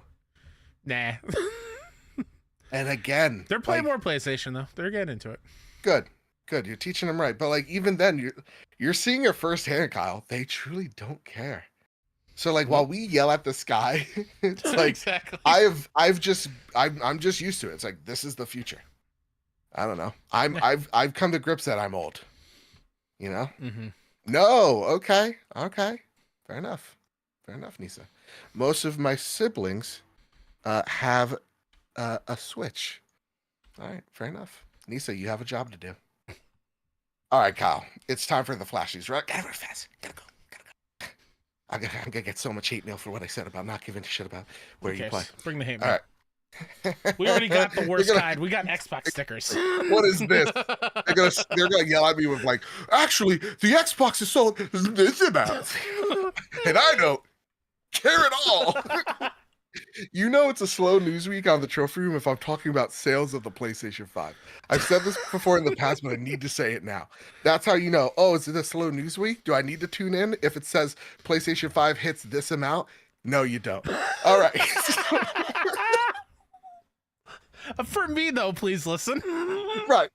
Yeah, for Kyle. But just know I'm tuned out. I love this episode so much. All right, in a new segment I like to call Shoe Giveth and Shoe Taketh Away. All the PlayStation Plus extra games leaving in April. We got a ton. We talked about it last week. Got Dave the Diver. We got Tales of Kenzara Zao. We got Animal Well hitting. These are great. It's a great month to be a PlayStation Extra subscriber. But also, sometimes, again, Shuhei Yoshida, he comes down. He giveth us some amazing Gotta make indies, some and room. then he's got to taketh away. This is what he's taking away from us. Absolver, Downfall, Abzu, Adrift, Ashen, Elix. All right, ready for it? Oh, Final boy. Fantasy 9, Final Fantasy 7, Final Fantasy 8, Final Fantasy 12, The Zodiac Age, Final Fantasy 15, Royale Edition, Final Fantasy 10 and 10-2. Holy shit, did I get those right? Because I read You did? Oh, Roman numerals, take a step back, son. I got you. How to Survive 2. Am I Dead? Joe Toon, Last Stop, Minute. Monster Jam, Steel Titans 2. My friend Patra. Observer, Sundered. The Artful Escape. Go play that game. It's fun. The Messenger. Go play that game. Yes. It's fun. This is the Police. And I'm not answering. You don't have a warrant. And the World of Final Fantasy. Those are the games leaving. Rest in peace. Rest in peace. Go buy The Messenger, Artful Escape, and Have they officially left? I think so, yeah. And if not, go play them immediately. Because is it the case where you can still add them to your library and still have access? Nope. Oh no, nope. I take that back. I'm dumb. Big dumb. They do need to do the thing with like Game Pass where it's like, hey, you get 20% off if you buy this. Sure. And it's not like hey, the it's list. leaving. Here's a discount. Exactly. Yeah. Exactly. And also what I'd like to mention before, what I should have said before I had this long rant of like, why are we yelling about this? As PlayStation embarks on it being a platform more than just a console, it needs to invent the way around how to build value around being in the platform. So things like this, in all seriousness, of like, hey, listen, this game may be leaving our subscription service, but you get a discount for buying it. Like stuff like that, better return policies. That's gonna help. And we see it's happening with like the PS Stars, where you do get points per se for playing certain games or buying games and whatnot, but it's still a long way to go. Some of those aren't there. Like here, buy a full price game and get what essentially, I don't know, $2 worth of reward points. Right. Like it's not like the biggest deal in the world. Even then, it's about being, again, not just where the eyes are, which is like, hey, being on Steam and competing there. And I know we're going back to this conversation 8 times. I blame my ADHD for this episode.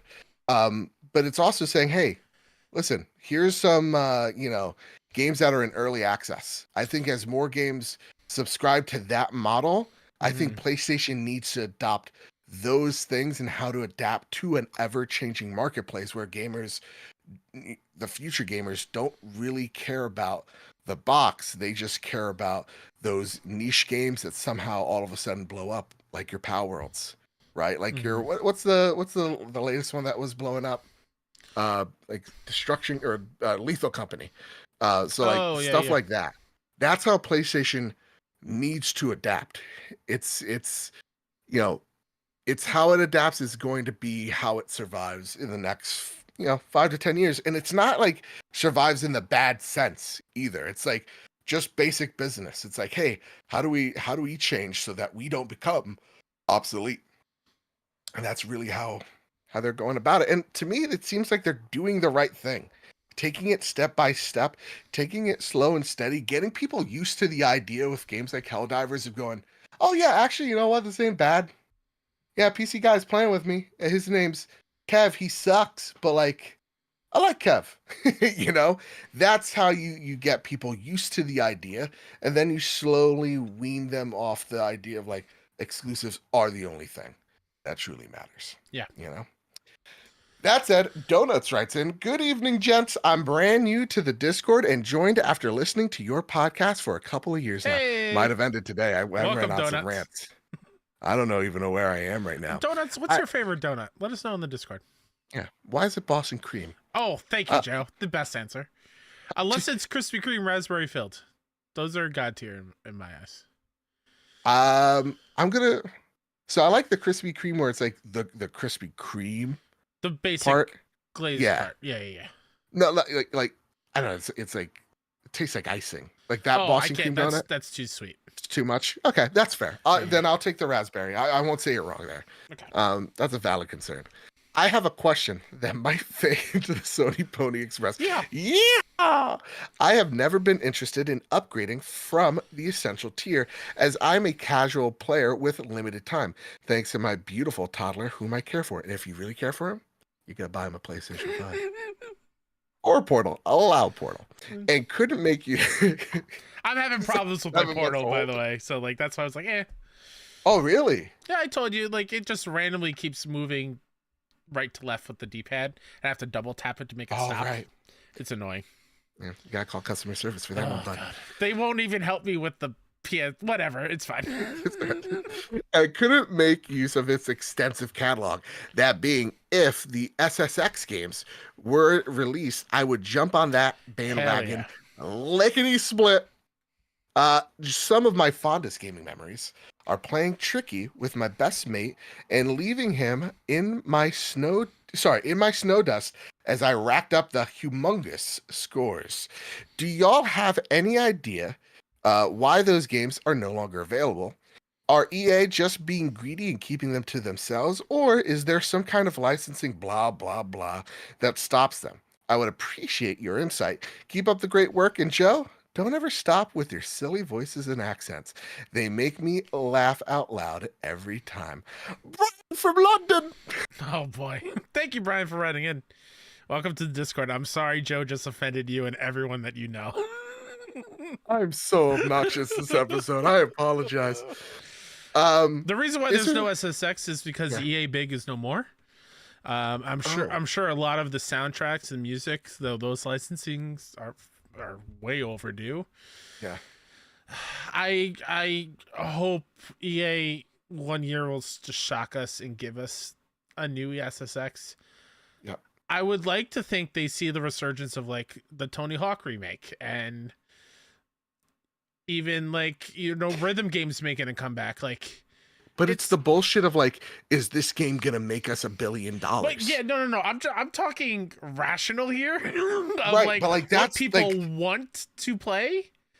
Mhm. It's just I get it. The whole is it going to make us a ton of money, trumping what the player base wants. I have issues with that. I get it. It's a business, but whatever. No, but at the same exact time, like Hollywood has suffered the same thing of like everything needs to be a blockbuster. Yeah. We need our own Marvel universe. It's like, how about you just make a good movie? Yeah. It's like, why does every game need to be $100 million budget? And I'm also speaking for Sony here. Why can't we get a game where like we're seeing it again? The early access games that are crushing it, Helldivers crushing it. You can have these games. Tony Hawk crushed it. Why are we stopping there?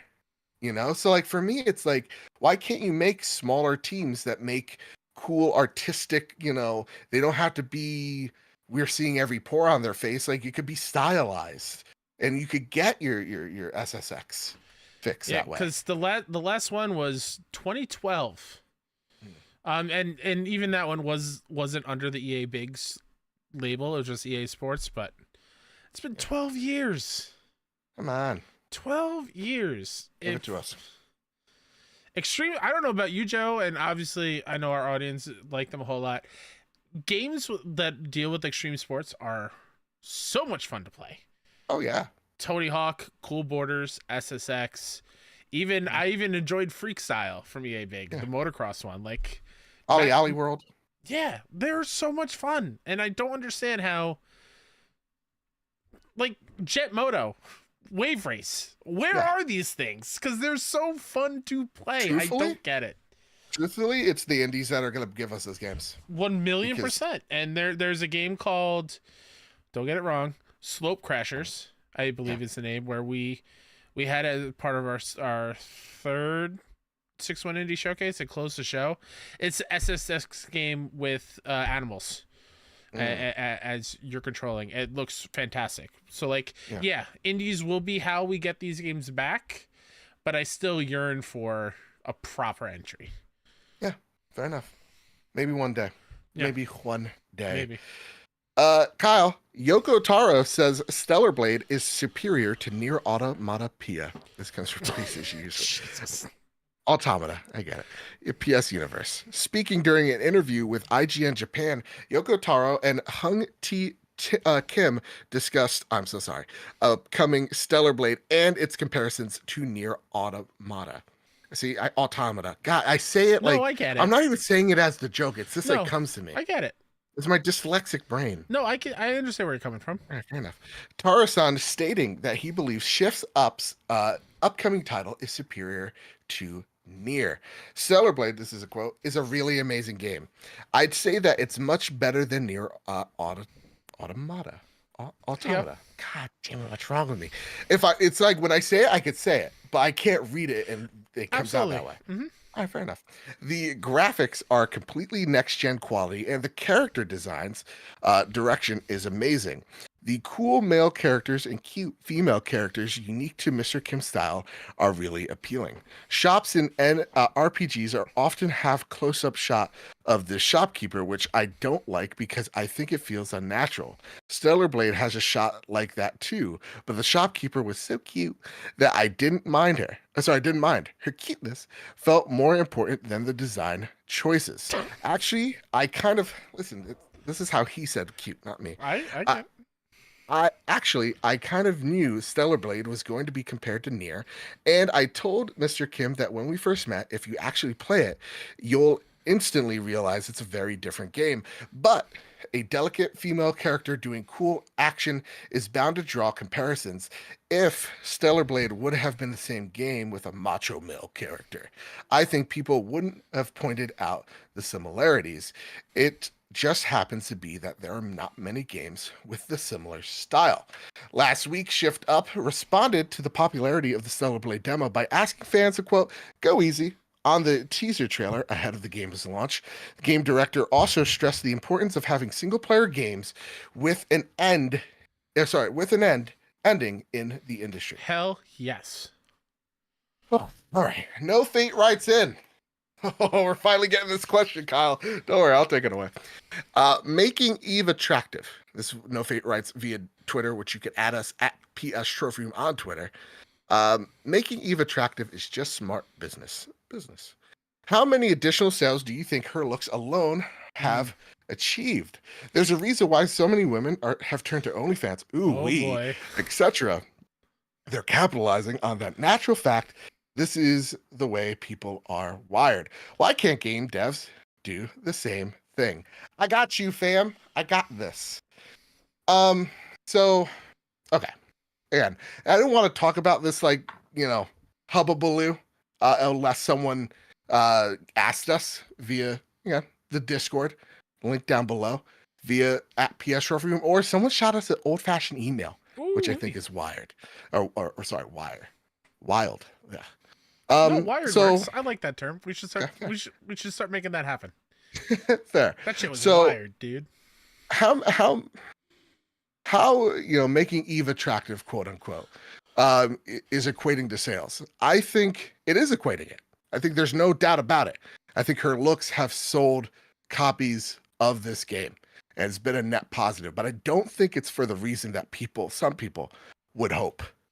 I think the controversy around Stellar Blade and the discussions around Stellar Blade make it compelling for people to click on those links, click into the conversation, and give the opportunity for people to check out the game itself. That's what I think it's truly done. You're having, the discussions on Twitter about it. So then the laymen come in going, okay, what's everybody yelling about? And then you have, articles, blog posts, podcasts, videos talking about the controversy of Stellar Blade. And it's kind of like the Hogwarts effect, where people want to see why there's a fire, or like a car crash when you're just going on the highway going, oh, what happened? And then you're checking the game out and you're getting a more or a bigger opportunity for that game to sell to a prospective person. I think on the outside, like Yoko Taro speaking about this game and how he views it, I think is telling as to what they know this game is. Like, yeah, Nier has pretty robot ladies in it, and there's a lot of fan service in Nier for sure. But the reason why I bought Nier is because Nagachaka, friend of the show, can't stop gushing about how great a game Nier is. It's about the story to him. It's about the action, right? It's less so about like how 2B looks. It's more about how the story is told and what that story has to say. I think the difference between Stellar Blade, because Kyle, like you enlightened me on this. It's like you take a look at like Steam, they have a legit adult page full of games that have sexy femme fatales in them. The difference between this game, just like the difference between Nier is that they're both really great video games first, right? And I think when it comes down to like, is this going to sell more copies? Sure. What's PlayStation's expectation for this game to hit? Because if you take a look at a game like, for example, Devil May Cry 5, right? That game, off the top of my head, sold 7.8 million copies across 5 different platforms. There's attractive women in it as well. I remember the controversy about how the lighting hits certain buttocks in the game. 7.8 million units. That's a good sale. It's not earth-shattering. It's no, Monster Hunter Worlds, but like that's a great selling game. You take a look at Bayonetta, and when we talk about, how women are depicted in video games, Bayonetta always comes up, just like how Nier always comes up. Bayonetta 3, another successful franchise, a successful sequel, not just critically, rated extremely well. I think if I'm not mistaken, it's rated high 8s, low 9s, just Metacritic speaking. So critics loved it. Sold north of Bayonetta 3 million. I don't know if that's what Nintendo wanted, but that's still a lot of copies of that game sold. So where do they expect Stellar Blade to land? I don't know. I don't know exactly. It goes back to like what we were saying earlier. What's Square and PlayStation expecting Final Fantasy to hit is, I bet, totally different, where Shift Up and PlayStation think this game is going to hit. And listen, I want this game to sell really well, not just because Eve is a sexy lady that does, flips and stuff, but because the game genuinely looks great. And I think the conversations around it have been very reductive, because all we're doing is talking about Eve, and we're not talking about the gameplay. Because to me, Stellar Blade could be my game of the year, and it has nothing to do what Eve looks like, but how it has everything to do with how this game plays. And I wish we get back to that. That's why, like, why can't devs, why can't get game devs do the same? They do. Like, you take a look at Baldur's Gate 3. It sold tens, can I 10 plus million. really quickly? Yeah, go for it. What has been the overwhelming sense of Hades 2 getting a tech test now on social media? Oh my god, everybody's thirsty. Oh my about god, every these single characters one are of so characters. hot. And yeah, they are. It happens. No one is saying that, like, No one's actually you're not thinking crazy for thinking a video game character is hot. Yeah. It's just naturally going to happen. Ada Wong exists. Yeah. Okay. Exactly. All right. Jeez, Chloe from Uncharted 2. Are you kidding me? It's like we're not saying it's again, Baldur's Gate 3, that whole cast absolutely would. Even Asterion in a certain light. Step on I don't know. I get a little confused. Yeah. But Gale's gross. Nonetheless, the whole cast except for Gale, very attractive. We're not saying like, oh, haven't you noticed women in games are getting uglier? I haven't. And so, like, to me, I think the whole conversation's I've just seen a lot of people going, hey, we get it. Eve's hot. Could we do less on like the, intentionally aiming the camera up while she's climbing a ladder so we just see her ass? That I like, feel that's icky about. Weird. That's a little weird. Right. Yeah, for sure. Well, like, what was the Grim Reaper in Hades too? What is it? Wait, what do you mean the Grim Reaper? Thanatos. Like Thanatos, Bad Boy Thanatos. Yeah. When he pops up, it's like, ooh wee, what is going on, Joe? These are crazy thoughts happening. So it's like, it's just like just the smallest amount of self-control. I mean, like Megan just Hades? say respectfully. Are you kidding me? Megara? Oh my god. Zagreus, come on. Attractive characters exist. They're listening. I just think you guys, or not you guys, sorry, I'm lumping people in. Some people are having a tough time with Kay Vess's chin. And I would say, let's just relax a little bit. Yeah. And unrelated, and I know no fate, I'm going to say, I'm not pointing this at you. Okay. But there's a general consensus vibe from a big portion of the internet. Mm-hmm. That like look down on women who go to OnlyFans. There's no kink shaming. Oh yeah, do whatever you want. You do. It's your body. You show off whatever you want to show off. That's totally fine. Exactly. Big toe, little toe. Who cares? I do not care. Do what you gotta do. I got one open right now. There is no shame in your game. If I was capable of racking in that kind of money, I'd be doing it this instant. All I'm saying is I got an OnlyFans and I got a slutty little toe. Ooh, do you dress it up? Yeah. Well, you're gonna have to find that actually. But like finding humanoid. It feels weird describing it this way. Humanoid characters attractive, even if they're not humanoid. It's just inherently natural. Even if it's got tentacles. Who cares? Right. Come on, we've all lived through Lola Bunny and Space Jam. What are we talking about here? Like, we've all seen that one flood from Halo 3. Yeah, I get it. It's just inherently natural. So the fact that it is, we're picking and choosing. Well, you said Lola Bunny. Yeah, I said Lola Bunny.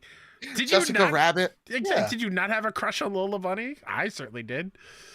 No, because I was too little, I think. Still. Oh, fair. Remember, we're like 6 years apart, yeah. But like the way we pick and choose what to be outraged over when it comes to a character's looks, I find weird. But I'm with you. The way they portray that character in game with the weird camera shots and the unnecessary, like zooming in on certain body parts. Right. Well, no, I'm not even saying like the game itself. Like that's their artistic choice. Fine. Sure. I'm saying when people are playing the demo and like Eve's climbing up a ladder, constantly doing it. Yeah. Look at this. It's like we get it. To me, it's really weird because it's like, yeah, these are characters, but also a lot of these bodies are scanned. Like for example, the actress, or sorry, the body model of Eve is a real woman. It's body. So it's like it's kind of weird how you're viewing it as like it's not an actual body. Like it's like an object. And I think that's the weird thing. Yeah. Is when we like people get overly fascinated that way. I'm like, okay, guys, relax. I get it. Every time I look at Dua Lipa, internally I'm barking like a dog. But to me, on the surface, I'm calm and ready to say, "Oh, hi, Dua." That's what I'm ready to do. Would not be. I would not be able to form words. Yeah. Oh, if I saw Lady Gaga, I like, again, internally, surface level. Oh my God, Gaga, I love you so much. This is amazing. This is if Alexandria Daddario is face to face with me, and I'm staring into those beautiful blue eyes, I won't. The language that comes out of my mouth is undecipherable. Right, you're a little meow, but like it's just like block the caveman part of you Yeah, for a second. That's all I'm asking. yeah. All right, just be. It's okay, you know. Be socially normal. Just be like to me, it's like yeah. I look at Eve going would, but it's like it's like, and that's as far as I go. It's like okay, hot. Let me see the game now, and that's what I really want to see. What's the chat saying? This just in: local man destroys his console by getting intimate with it. Oh no. Coming live from New Jersey, we're at the Moran house. Hi. Yeah, Ada Wong was on screen, man. Yeah, it's just like it's just be I don't know, man. It's just block the caveman part of you. The caveman response is like mute it for just a second, going, okay. Chances are, like, you know, for example, a person's being scanned. Mm-hmm. And it's okay to say, oh yeah, that person's attractive. It's just like when we're stopping and we're like oogling, you know what I mean? Like we're manipulating images so we're only seeing those portions is weird. But to me, Yeah. I live in this world where it's like it's okay that Eve exists, and it's just okay that like the Fable 3 girl exists. Both things can be the same. Mm-hmm. Because if we believe, here's the thing, why can't game devs do the same thing? I would say this: if we believe that video games are art, like I believe video games are art, Absolutely. you can do what you want as the artist. Because Mhm. when an artist is making, you know, whether they're drawing a picture or painting a painting, they're making what they want and what is internal to them. And if you take a look at Call of Duty Modern Warfare, the original back in like 2024, and you take a look at what Call of Duty, Modern Warfare 2 looks like in 2024, right? Those are two very different looking games where the cast looks different than what they were in 2004. It's because the dev team in 2004 looks wildly different than the folks that are working on it now. So they want to see themselves in video games. And that's what they want to do. So like there's more women in games, there's more people of color in games, and they're making the games that they want to make. And those people, those teams are making the games that are reflective of what they want to make. That's how games work. They go, hey, I got inspired, for example, what is it? Core Barlog with like the axe throw. Mhm. They got inspired and they're just like, hey, what if we make the game this mechanic the main mechanic of this video game? They saw a mechanic that was interesting and they capitalized on it. They make the games that they want, and you as the consumer get to make the decision, do you want to buy this game or not? So like if Eve is hot to you, that's the only thing that matters, then go ahead, go buy the game. I don't care. If it's, you know, hey, this game looks really interesting because of the mechanics, awesome, go buy the game. I don't care. To me, it's about respecting people's opinions and respecting the developers, most importantly, that make these games. And so when I've seen these conversations go forth, it's really like one crowd is very much, in my eyes, and what I have seen, and social media is a curated thing. It's a lot of people getting overly weird with the fact that Eve's hot and not actually going, okay, she's attractive. And then like, this game's really cool though, right? Yes. I think I've figured out, because we definitely should move on. Yeah, sorry. But it's not your fault. My fault. It's definitely not. No, it was a good conversation. I do just want to point out, I feel like these same people who are being weird about Eve are the same people who are being weird about Ashley's model in Resident Evil 4 remake. Were there people being weird about it? Yeah, they were. Oh my god, she's wearing shorts underneath her skirt. You don't remember that whole thing? Nope. It's dumb. It's stupid. Let alone she's underage. Weirdos. Anyways, Final Fantasy 16 patch. Yeah, you read this. This comes from Push Square. Final Fantasy 16 patch 1.31, out now on PS5, brings big damage buffs for Clive, better side quests, and much more. Square Enix has published the patch notes for Final Fantasy 16's next update, which is set to drop on the 18th of April alongside the Rising Tide DLC. They're surprisingly lengthy and cover a lot of stuff that was never actually mentioned by the developer upon the update's announcement last month. Key additions include the option to completely customize the control scheme and save skill loadouts, while the game's photo mode has been expanded with new settings and visual flares. On top of that, some welcome and somewhat significant improvements have been made to side quests, and it looks like the team has taken to rebalancing the action RPG's combat system. Most notably, it seems to have increased Clive's damage output pretty much across the board. I just want to say, Socanic said, Nemesis, please. And I'm like, Nemesis from Resident Evil, about a conversation prior. And he's like, no. Resident Evil 1, Resident Evil 1. I'm sorry, Hades, not Resident Evil. Yeah. Fair enough. Sorry, Socanic. Sorry. Awesome. This is great. Great. I'm going to jump back into it. I will say another minor issue I had with 16 is I do feel like Clive wasn't doing enough damage. And the fact that they're adding this, awesome. I can't wait to eventually play the DLC when I'm in 6 years, whenever I have time. But like, fair enough. Yeah, it's cool. Yeah, cool.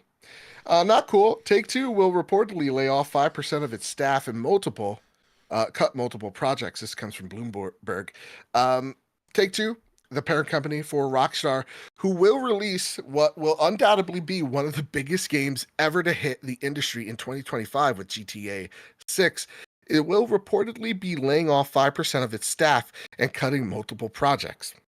The report comes from Bloomberg that says that this layoff action is being taken, quote, as part of cost-cutting savings driven.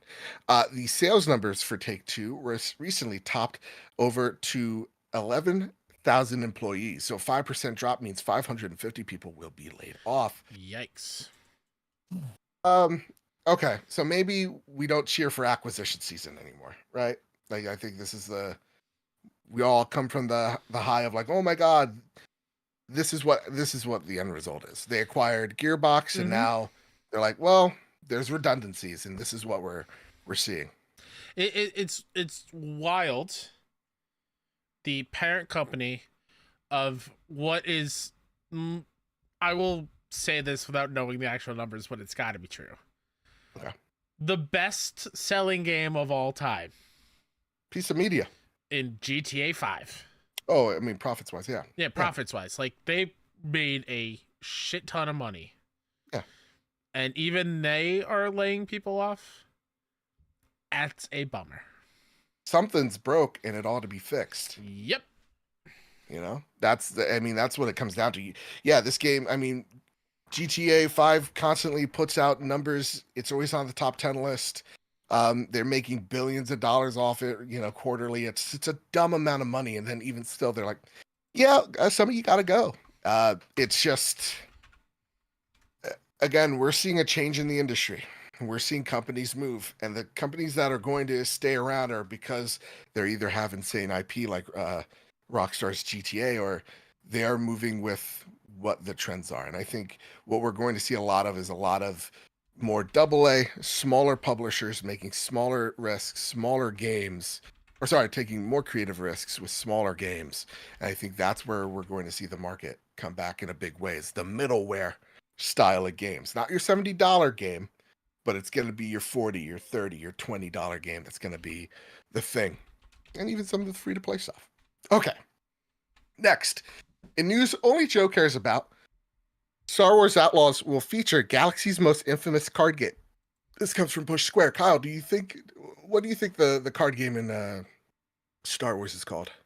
Shooty, shooty, bang, bang. Fair enough. Outlaws has been in the headlines recently for some less than ideal reasons. Still, one thing that we are genuinely looking forward to its inclusion of Sabacc, the blackjack poker / poker hybrid, popular among rogues like Han Solo and Lando Calrissian.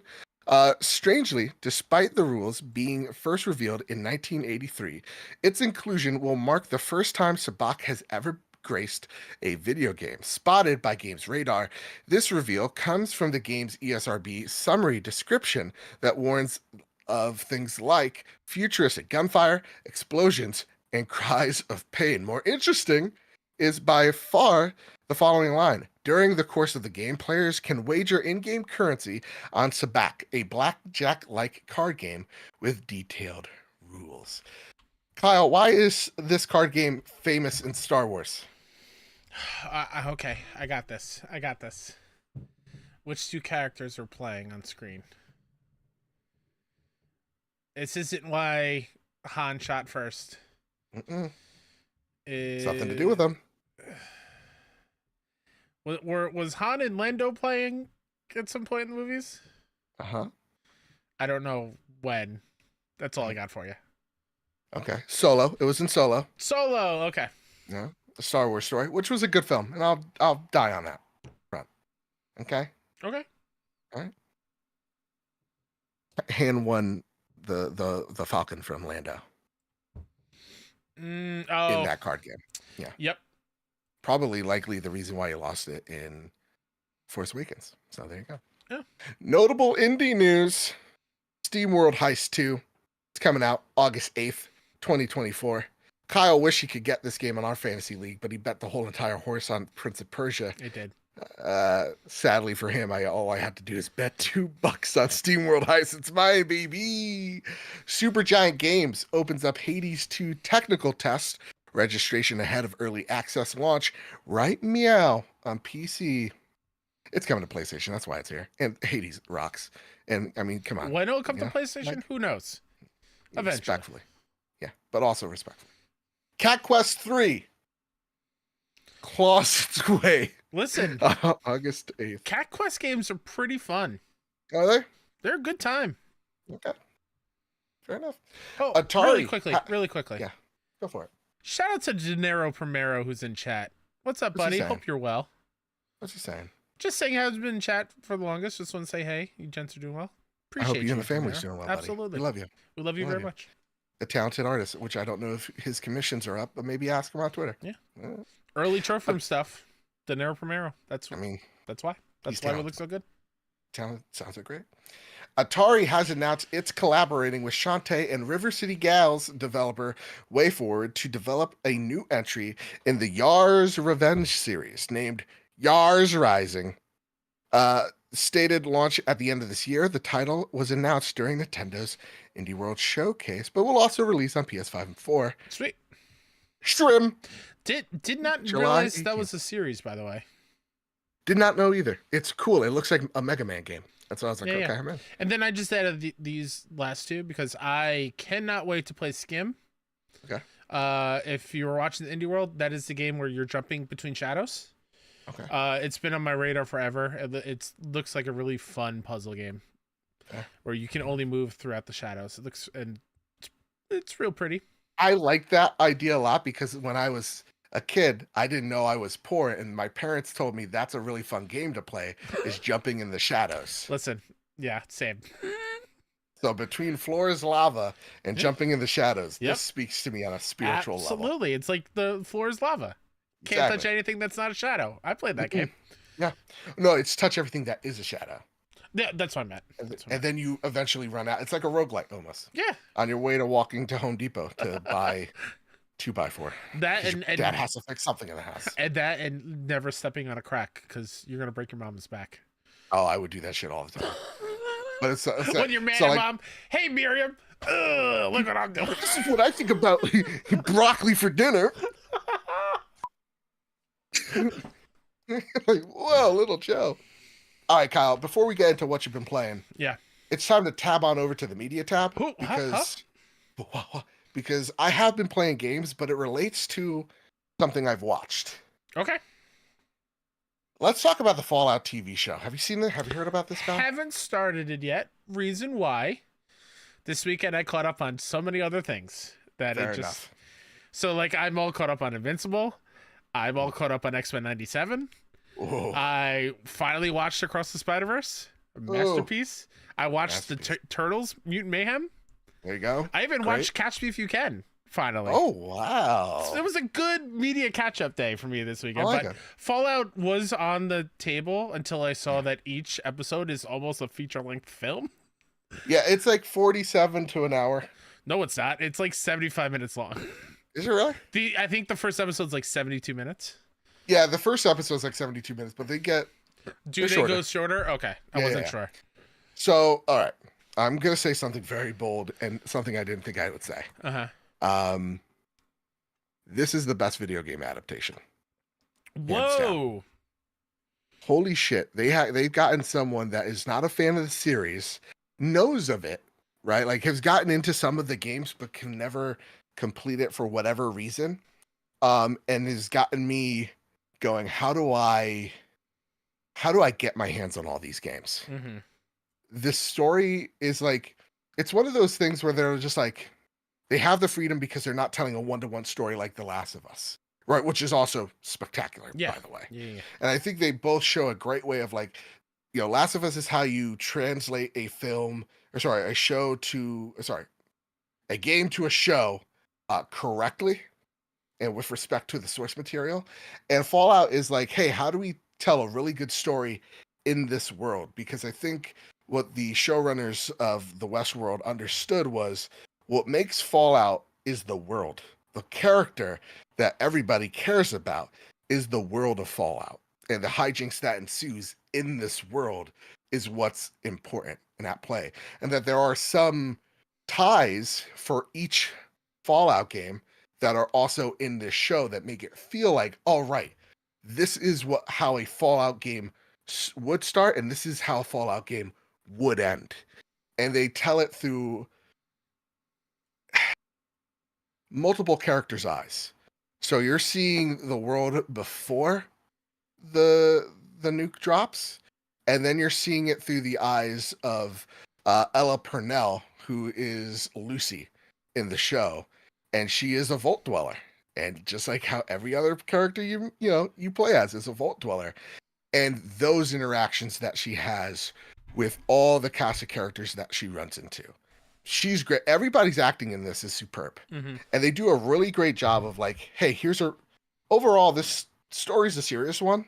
This world is serious, but they also blend the comedic elements of like, in Fallout 4, there's a gang that worships Frank Sinatra, right? Yeah. Like Fallout can get really dumb and weird and embraces that so damn well that like there are parts where like this is genuinely great comedic timing, great comedic writing, and great comedic acting. But every time the ghoul shows up is like akin to like when Darth Vader shows up. Like when the ghoul shows up, when Walton Goggins comes in on screen, something is going to happen. And is he his the big character, bad in the show? Can't say that. Okay. His character's very dynamic, is all Okay. I will say. Okay. And like, you have what's his name? Maximus in the show as well, who's a member of the Brotherhood of Steel, who has he has the best arc. It's really great. And like there's just every time there's a character on screen, you root for him, you cheer for him, and then you boo him at the same exact time. Like it's just everybody's layered so damn well. And it's not this like the hoaxy like good and bad. It's like, no, something awful has happened and now people are surviving, and what's good for them might not be good for you, but who cares? It's survival. Mm-hmm. It's incredible. Great. It truly is. It is. The twists in this show blew my mind. I literally went, oh my God, like twice in less than 5 minutes. It was just, so I never saw it coming. To ask a follow-up, because I haven't watched it yet. I will. Does this calm your nerves about a potential God of War Amazon series? Yes. Because if this is the way that they're going about it, like, real talk, if they're showing it where every episode Kratos is going on a journey and he has a flashback of Kratos in the Greek pantheon. Sure. Yeah, this I show realize gave different me showrunners, whatever. I just mean on the platform that is Amazon. Yes. Okay. Yeah. And and if it is, because Fallout fits Amazon Prime's theme of like, it's brutal. Sure. Like these deaths are as brutal as something like akin to The Boys. Like I right? So said, it's like, I watched Invincible. That shit gets Invincible. crazy. So I could see why God of War fits there. And yeah, production value too. It's like Okay, Amazon knows. I could trust them. This is promising. Yeah, I'm very excited, man, for the God of War show. Sweet. After coming off of Fallout, it's amazing, and that's what I've been playing. So let's tab on over. I've been playing Fallout 4, Sweet. getting ready for the update, and I'm just having fun. And now I'm going, huh? I understand that reference a lot more, Fair. way more. Early hours into it, and I've been playing a game I can't talk about till next week. So yeah, that's all I got. Sweet. Fallout show, go watch it. Yeah. Kyle, what about you? Besides MLB The Show and Rebirth, hopping in when I can. I can say that I'm playing another Crab's Treasure. That's all I can say. Next week I'll be able to talk about it. Okay. But one of the PS Essential games hit yesterday, Dave the Diver. Yeah, tell me about it. And I wish, again, we mentioned before, we do have codes for Grounded. We'll talk about them next week. I'll make sure to get some time into it. Last night I was like, let me see what all the hubbub is about, because I was fully planning on making sure I played some Grounded to talk about this week. Yeah. And I booted up after work. It was around like 6 p.m., 6:30 after I ate. Next thing I know, it is almost midnight. Nice. The time flew by. I understand the hype that everyone was talking about when it comes to Dave the Diver. The gameplay loop is so rewarding and fun and addictive. It is a great time. If you're not familiar, you're Dave. You're a diver.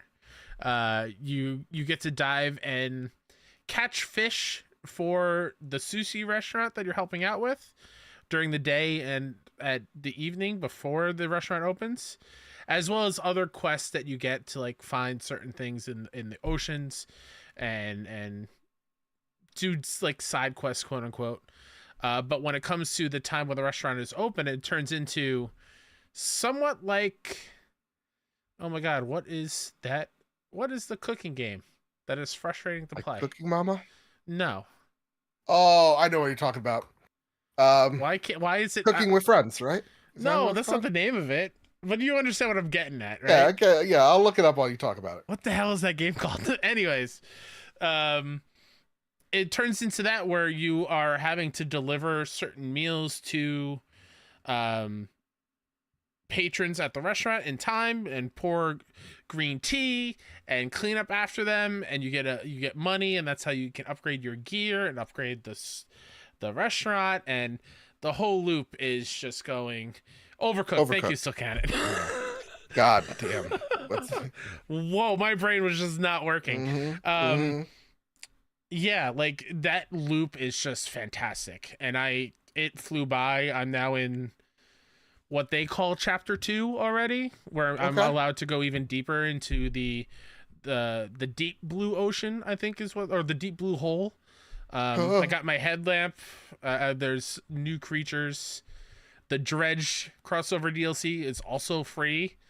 So you can download that right away. The Godzilla collab is coming in a few weeks. So like, Dave the Diver's real good, y'all. That's a great get for PS Plus. So please try it out. Let me know if I'm crazy or not. I would love to hear people talk about it. I lied. I have been playing another game. How dare you? I've been playing a little game called Sea of Thieves. Oh, Played the beta. Okay. And I was playing with Captain Logan, who has a podcast all about Sea of Thieves. And I think he's gone soft. He didn't want to. I was sailing the seas with him. He's like, we shouldn't sink these people. We should be helping them instead. I go, sink the ship. What game are you playing? It's not Sea of Thieves. Is this Sea of Friends, Logan? I asked him. I go, is this Sea of Friends? And then he goes, no. I go, shut your mouth. Is this the Sea of Friends? He said, no, sir, no. I go, we're sinking the ships. We sunk a good one. All right. And then the other one's like, oh, let's help. And these poor sons of guns, they were diving right into they got panicked. They're like, oh, this other ship's coming. I was gonna sink them. And Logan's like, let's give them our treasure. We're so rich. We are 11 million, like whatever doubloons. Well, was that crossover, the cross save stuff easy? Oh, dude, so simple. Great. Yeah, you just put in your Microsoft credentials in, and all my stuff carried forward. Trophies haven't spot? yet because it's Okay. not the real Oh, game it's yet. not live. Got it. It's next week. But yeah, man, Sea of Thieves is great. It runs incredibly smooth on the PS5. Can you tell any visual difference between both versions or no? No, because it's the same pretty Yeah. game. I want to give a huge shout out though to Rare and Lucid. The haptics for this game is very nice. Sweet. Shooting the cannons when you're turning them, depending on the ways that you're turning, the haptics move that certain way. Ooh. There's a nice little stop when you're shooting with the adaptive triggers. It's a nice time. You guys need to buy it. $40. Gets you a really good time. And this is where I get real. Okay, I've been all ass here. I carried over my progress from the Xbox, which is literally over 600 hours, and I just, for whatever reason, I was like, just getting all my swords ready. I got I got the plasma, gun from Halo on one side. I got the plasma sword, and I'm on PlayStation. It's fun. And I'm like, oh, let me see all the other knickknacks that I've gotten. My guy's dressed like a pirate Spartan, and I head on over to there's in-game pets, Mm-hmm. and the reaction that you see on Twitter is my same. I was greeted by Marty, my dog that passed, and That's awesome. he did a little happy dance for me, and I got really somber as I was like, wiping the tears away because he's there. And so, yeah, I just kept having little pirate adventures with him. So the first thing I'm going to do when I'm back on the Sea of Thieves is give them more money. Not so I could change the dog's name. You could change him at will. I will never do that. But I would like to see if there is a puppy that looks like Abby so that Abby could join Marty in these fun little adventures. That makes me feel all the feels. That's awesome. Video games are cool for Video that reason. Video games are great, man. Video games are fun as all heck. That's like similar to like hearing stories of people finding an old voicemail with somebody who's past voice still on it and a message, and they refuse to get rid of it. Like, oh yeah, now you'll always have Marty. Always. In Sea of Thieves. Always. That's great. Yeah. So, I can't read. I can't read ahead. No, I'm gonna fight on. I'm gonna do it. I can do it. You want me to do it? No, I got this. Can you do the prepare the drop voice? Yeah. No, I got to. I got to be silly with it. Gotta be silly. All right, ready? Kyle, listen. Tears aside, of me being an emotional boy because I miss my dog. What are you holding on to? This propaganda. This Xbox letter. I threw it. I threw it away. Stickers right in the falling trash. out of it. I said, I don't need this, and I tossed it. Oh, good. I'm The holding on Xbox to logo one is what fell on the floor. Good. That's where it stays. Yeah, go to riddance. I'm holding the PlayStation remote because remember when the PlayStation 5 launched? I don't know where mine is. Mine's It'd be real bad of my money. This is a dumb little remote you don't need. Yeah. Anyway, prepare the drop. Here are the latest steals and deals coming to the PlayStation storefront. Kazarian, the Pop the Bubbles on PS5 launches April 15th. Perish launches on April 15th. Holy Diver. April 16th. Flute, the Snake Charmer, April 16th. Grounded, again, thank you, Xbox. You know that the Trophy Room of PlayStation podcast exists. Yeah. I like you guys. Shout out to you. Yeah. April 16th. Harold Halibut on April 16th. Shocked how that game is reviewing. I'll be completely real. We'll talk about it on the post show because I was not. I told you this. I'm shocked. Anyways. I told you this. Okay. Anyway, it's still rated well. Still well. I just want to. I thought it was going to be like a huge indie darling. That's fine. Planet of Lana on April 16th. Apollo 13th. 13. The Lost Tapes VR. Oh. Is that the one with Tom Hanks? Tom Hanks, right? Maybe. All right. Okay. April 17th. A Tale of Paper Refolded on April 18th. If that's a remaster, that's a great way to call it a remaster. Yeah. Refolded. It has to be. That's great. It has to be. Age of Water on April 18th. Arc Runner, April 18th. Big Shots, April 18th. Gladiators Arena, April 18th. Lunar April 18th. Pretty Girls Escape Plus, April 18th. Well, we know what I'm looking up. Let me see what boy. this is all about. Yep. Again, why is Stellar Blade is so popular? Because it's actually a really great game. Skirt Ritual on April 18th. Soka Ballin, April 18th. Soul Covenant, April 18th. Amungini Generation, April 18th. It's like hip hop Umarangi Generation. Umarangi, thank you. Bit Dungeon Plus, April 19th. Ready, Steady Ship, April 19th. Rich Man 11, coming April. Oh, what about 19th. Rich Man 1 through 10? Do we have to play those to understand the lore? It's a lineage. By the way, Pretty Girls Escape Ultra is a slide block puzzle game where you unlock cute outfits for your idol characters. There you go. So, have fun. If that's a game you want to buy it. And I don't buy it. Exactly. Live your life. All right, Kyle. Time for the last segment, but our favorite segment of the show. Like that pregnant pause. Time for the Sony Pony Express. Yeah. Oh, that's right. You right in. Send your questions over to the Trophy Room Discord server or at PS Trophy Room on Twitter, or you could email us. What like Shipley12 did? They write in. Oh, sorry, Kyle. You read it. My Do you want me to start with that one, or start with that one? Shipley12 wrote in via email. Hi, guys. James here from across the pond. Found your podcast a few months ago, and now I wouldn't miss a show. Keep up the great work. Appreciate you, James.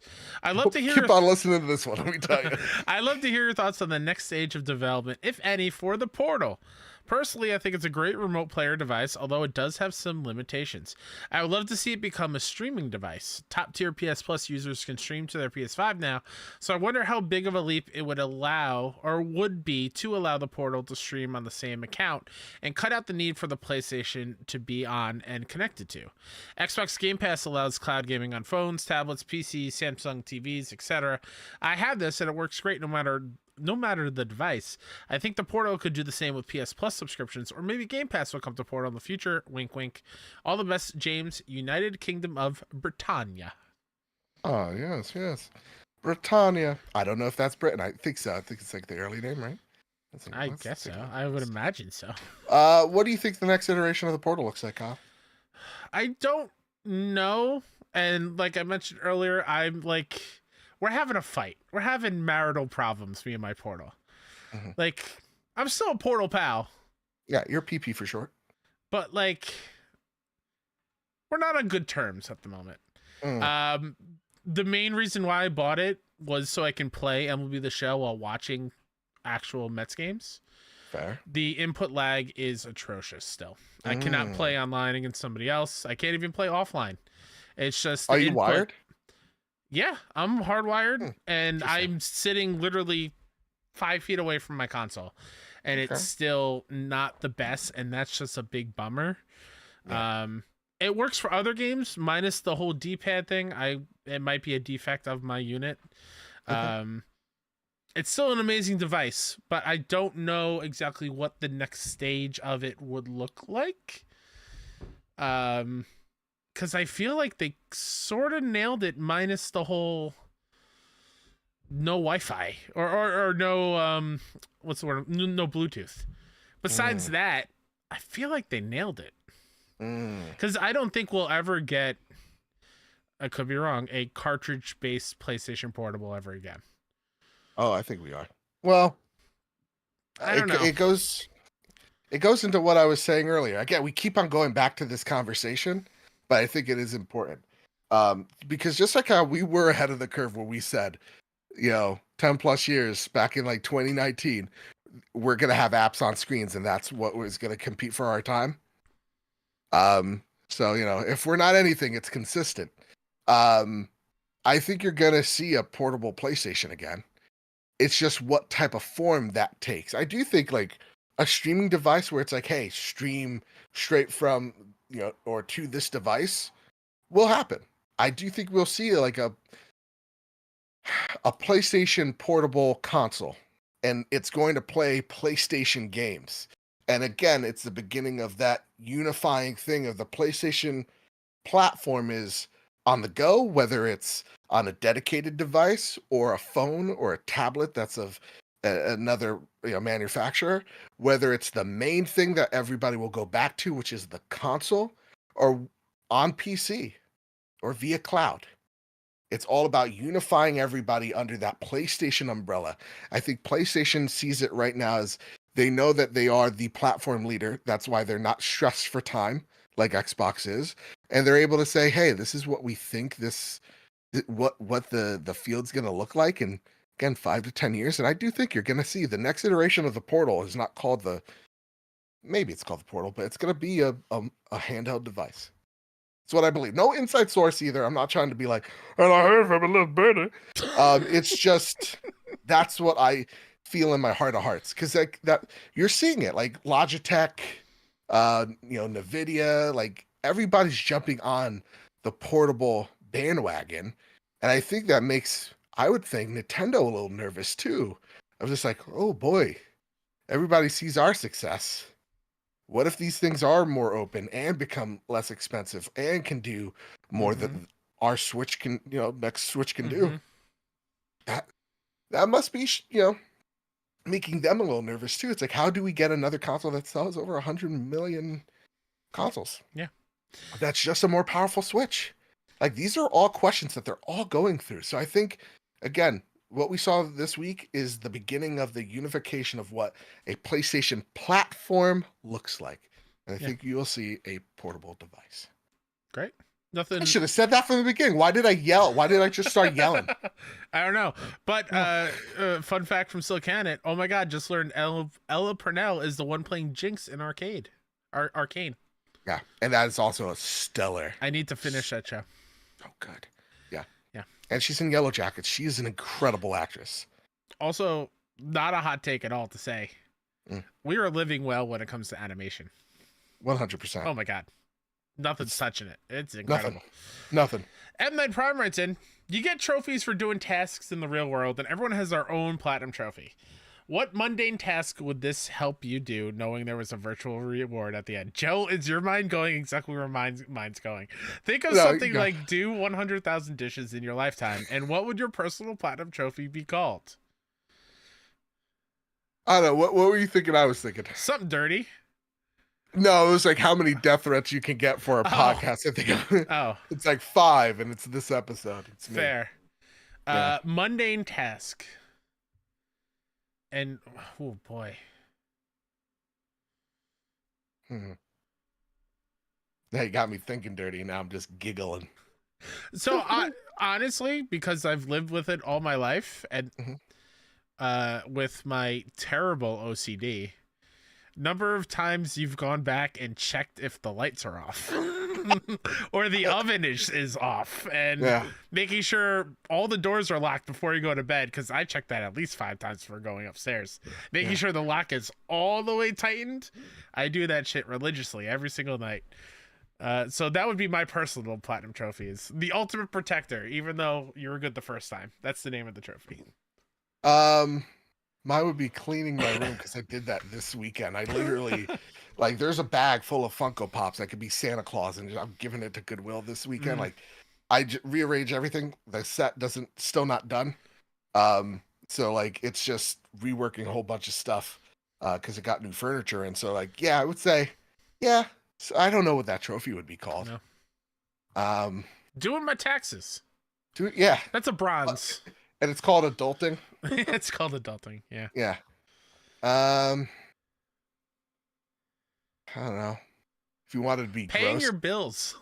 days without showering. They're like, ooh, that would be your platinum trophy. It's like I don't know, a whole weekend. I don't know.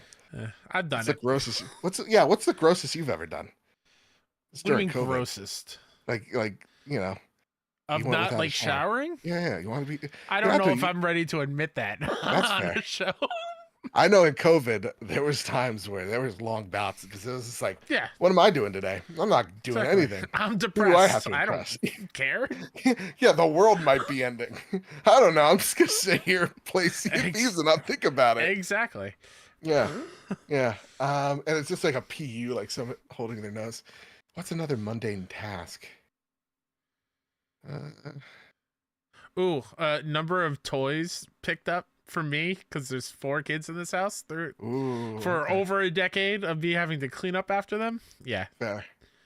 I was gonna say murder, and it's a hidden trophy. Shit. 0.1% of people have gotten this. Exactly. It's a picture of OJ. You go That's on what got me PSN thinking about Pro. You go on PSN profiles, it's just all the serial killers, and it. Yeah. there you see Jesus Joe. Christ. Binge an entire series. Oh, okay. You know What? Am I mistaken that What? you can earn Xbox achievements for watching like Netflix? Was that not a thing? Like opening up the Netflix app, you can get like an achievement. I bet they're like, please just use this thing. I feel, yeah. Ooh, Silkana says number of Legos stepped on. That's fun. Ooh, Nisa growing cleaning my pains. bathroom, laundry. Yeah. Number of socks lost in the dryer. Mm. Oh, one for your job. Haven't quit. Ooh. Resist the urge. Like, I've legit never quit anything. Well, that's not Yeah. true. I quit teaching. Fun. Yeah. That was a decade intrusive coming. thoughts. How many you can have in a day? You know, Number while of you're times driving to intrusive thoughts acted upon. Oh boy. That's Jump good. to conclusions. Yeah. Mm. Yeah. Okay. There you go. Imposter syndrome. That's my platinum trophy. There you go. That's what it's called. No, it's not even a platinum. It's a bronze. It makes you second guess. Was it even worth it? You know. Yeah, absolutely. Fair enough. That was a good one. Great question. That was a great question. Katie writes in. So rumor has it that Take-Two are nearly ready to announce another Mafia game. What's your take on it? What's your history with the Mafia series, and what era would you like to see them tackle next? Me over here is just hoping for one set in the 90s, and we could just have a Sopranos game. Katie, I've never played a Mafia game ever. What you are describing is amazing. Yeah. I want that. And like, I could even have it like a Telltale. Like, it doesn't even have to be a Mafia game. Ooh, sure. But like, even if it was open world, dude, how wild would that be for me? Because I literally live 10 minutes away from all the major, like the Bada Bing. Yeah, 15 minutes away. And now, like, I don't think it's there anymore. But now it's like I kind of want to go. I want to like, and there's actual like mob stuff that has gone down in that Hell club. The first opening scene, yep. The highway, the pizza town, yup. Oh yeah. Being able to drive on 208 and 17 in a video game would blow my collective mind. Seeing the Garden State Plaza Mall, mind blown. Like, yeah. How do you make it? You always get New York City. You never get Jersey in games. Nope. I go up to Ramsey and I see his house. Like, come on. Yeah. Lodi. What up? I've dabbled in Mafia 3 briefly. So I don't have a whole history with Mafia, the Mafia game series. I'd be down for a 90s era based one because I feel like all the Mafia stuff have been the older versions of mobs. Fair. Which is why I was excited for 3 because there was like a different take on it, different setting. But yeah, 90s would be cool. Give me just Vice City in a Mafia game though. Yeah. I'd be okay with that that'd be too. nice. Yeah. Una writes in. Hey guys, hope you both are doing well. So my question this week came while listening to another podcast that I listened to. How dare you? Wait, you listen to more than just us, Una? Dare you? It's okay. And it is what is your gaming white whales? For a little explanation, a white whale is a game that you may have started or not started yet and want to get to but never had for reasons of your own. So like for me, I have played 30 minutes of Ghosts of Tsushima, but I got very scared at the stealth of the game, so never went back to it, even after I heard good things. Throw the ball over to you guys. What are your gaming white whales? First of all, Una, play Ghost of Tsushima. Yeah, you don't have to do stuff much. No, Just absolutely not at all. You can play however you want to play that game. It's fine. Yeah. Stealth You go isn't right too to the bad. front gate and go, "What up, guys?" You can do it I'm and here hold to- the I'm here standoff. It's the coolest thing in the game. Yeah, seriously. Here it is. White Whale right here. Metal Gear Solid series. It's a good one. I need to go. That is like, if there is a backlog, that and Half-Life are games like legitimately have shame that I have not played or much of, or just watch my brother play. Mine is also an easy one. Metal Gear is also on that for me. I played Nice. 2 a lot, but my big one is Witcher 3. Ooh, I've started that's a it, good one. haven't gotten super far because I just get overwhelmed. There's so much to do, and I'm the But I type don't of feel person. bad that I haven't beaten Witcher 3. It's not that I don't feel bad. I want to get far enough to like get engrossed. I've only touched the surface of it, and I hear so Yeah. much about Geralt and Yennefer and Ciri. Yep. And these characters in this world and the side quests being super meaningful. I've only scratched the surface, and I'm the type of person that wants to uncover every single inch of that map, and I know that's impossible to do in Witcher 3. Yeah. That is my big white whale. Eventually, that will happen. Before that, it was Bloodborne. I fixed that. Yeah. But yeah, for sure. Yeah, like I don't feel bad I didn't beat Dark Souls 2. I don't like that the level Fair. design is slightest. Mm-hmm. So like a lot of games I'm like, yeah, so what? I didn't beat it. I don't care. Like, you know. But those two in particular, that's the one those are two I legit like feel I need to play. My gamer card is gonna be revoked if I don't. Mm-hmm. You know. Yeah. That's how I feel. And I'm sticking to it. Kyle, is there any more questions? That's it. Okay. Ooh, wait, Nisa writes in. So you think any video game / superhero / sci-fi show will ever get an Emmy? I think Oscar Isaac should have been nominated and won for Moon Knight, and Elizabeth Olsen should have won for WandaVision. And then no. Nisa also says Fallout should also be nominated. It should be, at least for like set design. You're never gonna. Did what's his face not win for Bill in Last of Us? He did. It was like special performance, but you're not gonna get like best actor wins because like I do feel like those things have stigmas because they're not like Sicario. They're not art house. They're not like. They're not like. They're not. I just bit my tongue. A Secession. Yes, exactly. What's the other S? Which is show? a fantastic show, or like the one with Michelle Yeoh, the one movie that I think is overrated. Everything Everywhere All at Once. Yeah, it's like, ooh, you're a Matrix with half the budget. Like, come on, you know. How dare you? A rock with googly eyes. Oh, come on. How dare you? Sorry. But yeah, I do think they definitely should. But I think it goes down to the people who are voting for the nominations and then being up their own ass when it comes to what they believe is worthy. It's stupid. Yeah. And oh my God, why am I? Let me just get it. Let me just get this because it's gonna haunt me. Mm-hmm. There you go. I always mess up her name. I don't know why. Queen Angela Bassett should have won for Black Panther. Oh my forever. God, yes. That was like that one scene alone. Angela Bassett. Yes. Just I get chills when I think of that. Mm-hmm. And like, really? Nothing? Nothing. Okay.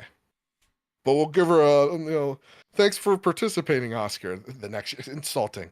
Yeah. No, she should have won. All right. Kyle, that's it. That's all the trophy we got this week. Ooh, how'd you feel? How are you feeling? Good. Anything I'm you tired. like to spotlight? Same. Myself, 61indie. If you want to check out the first 20 minutes of Hades 2, go check out 61indie on YouTube. We got that up there. We're trying to do a lot more Let's Plays of indies. We have Children of the Sun going up at some point. What was the other game we played and recorded? You'll find out soon. It's coming eventually.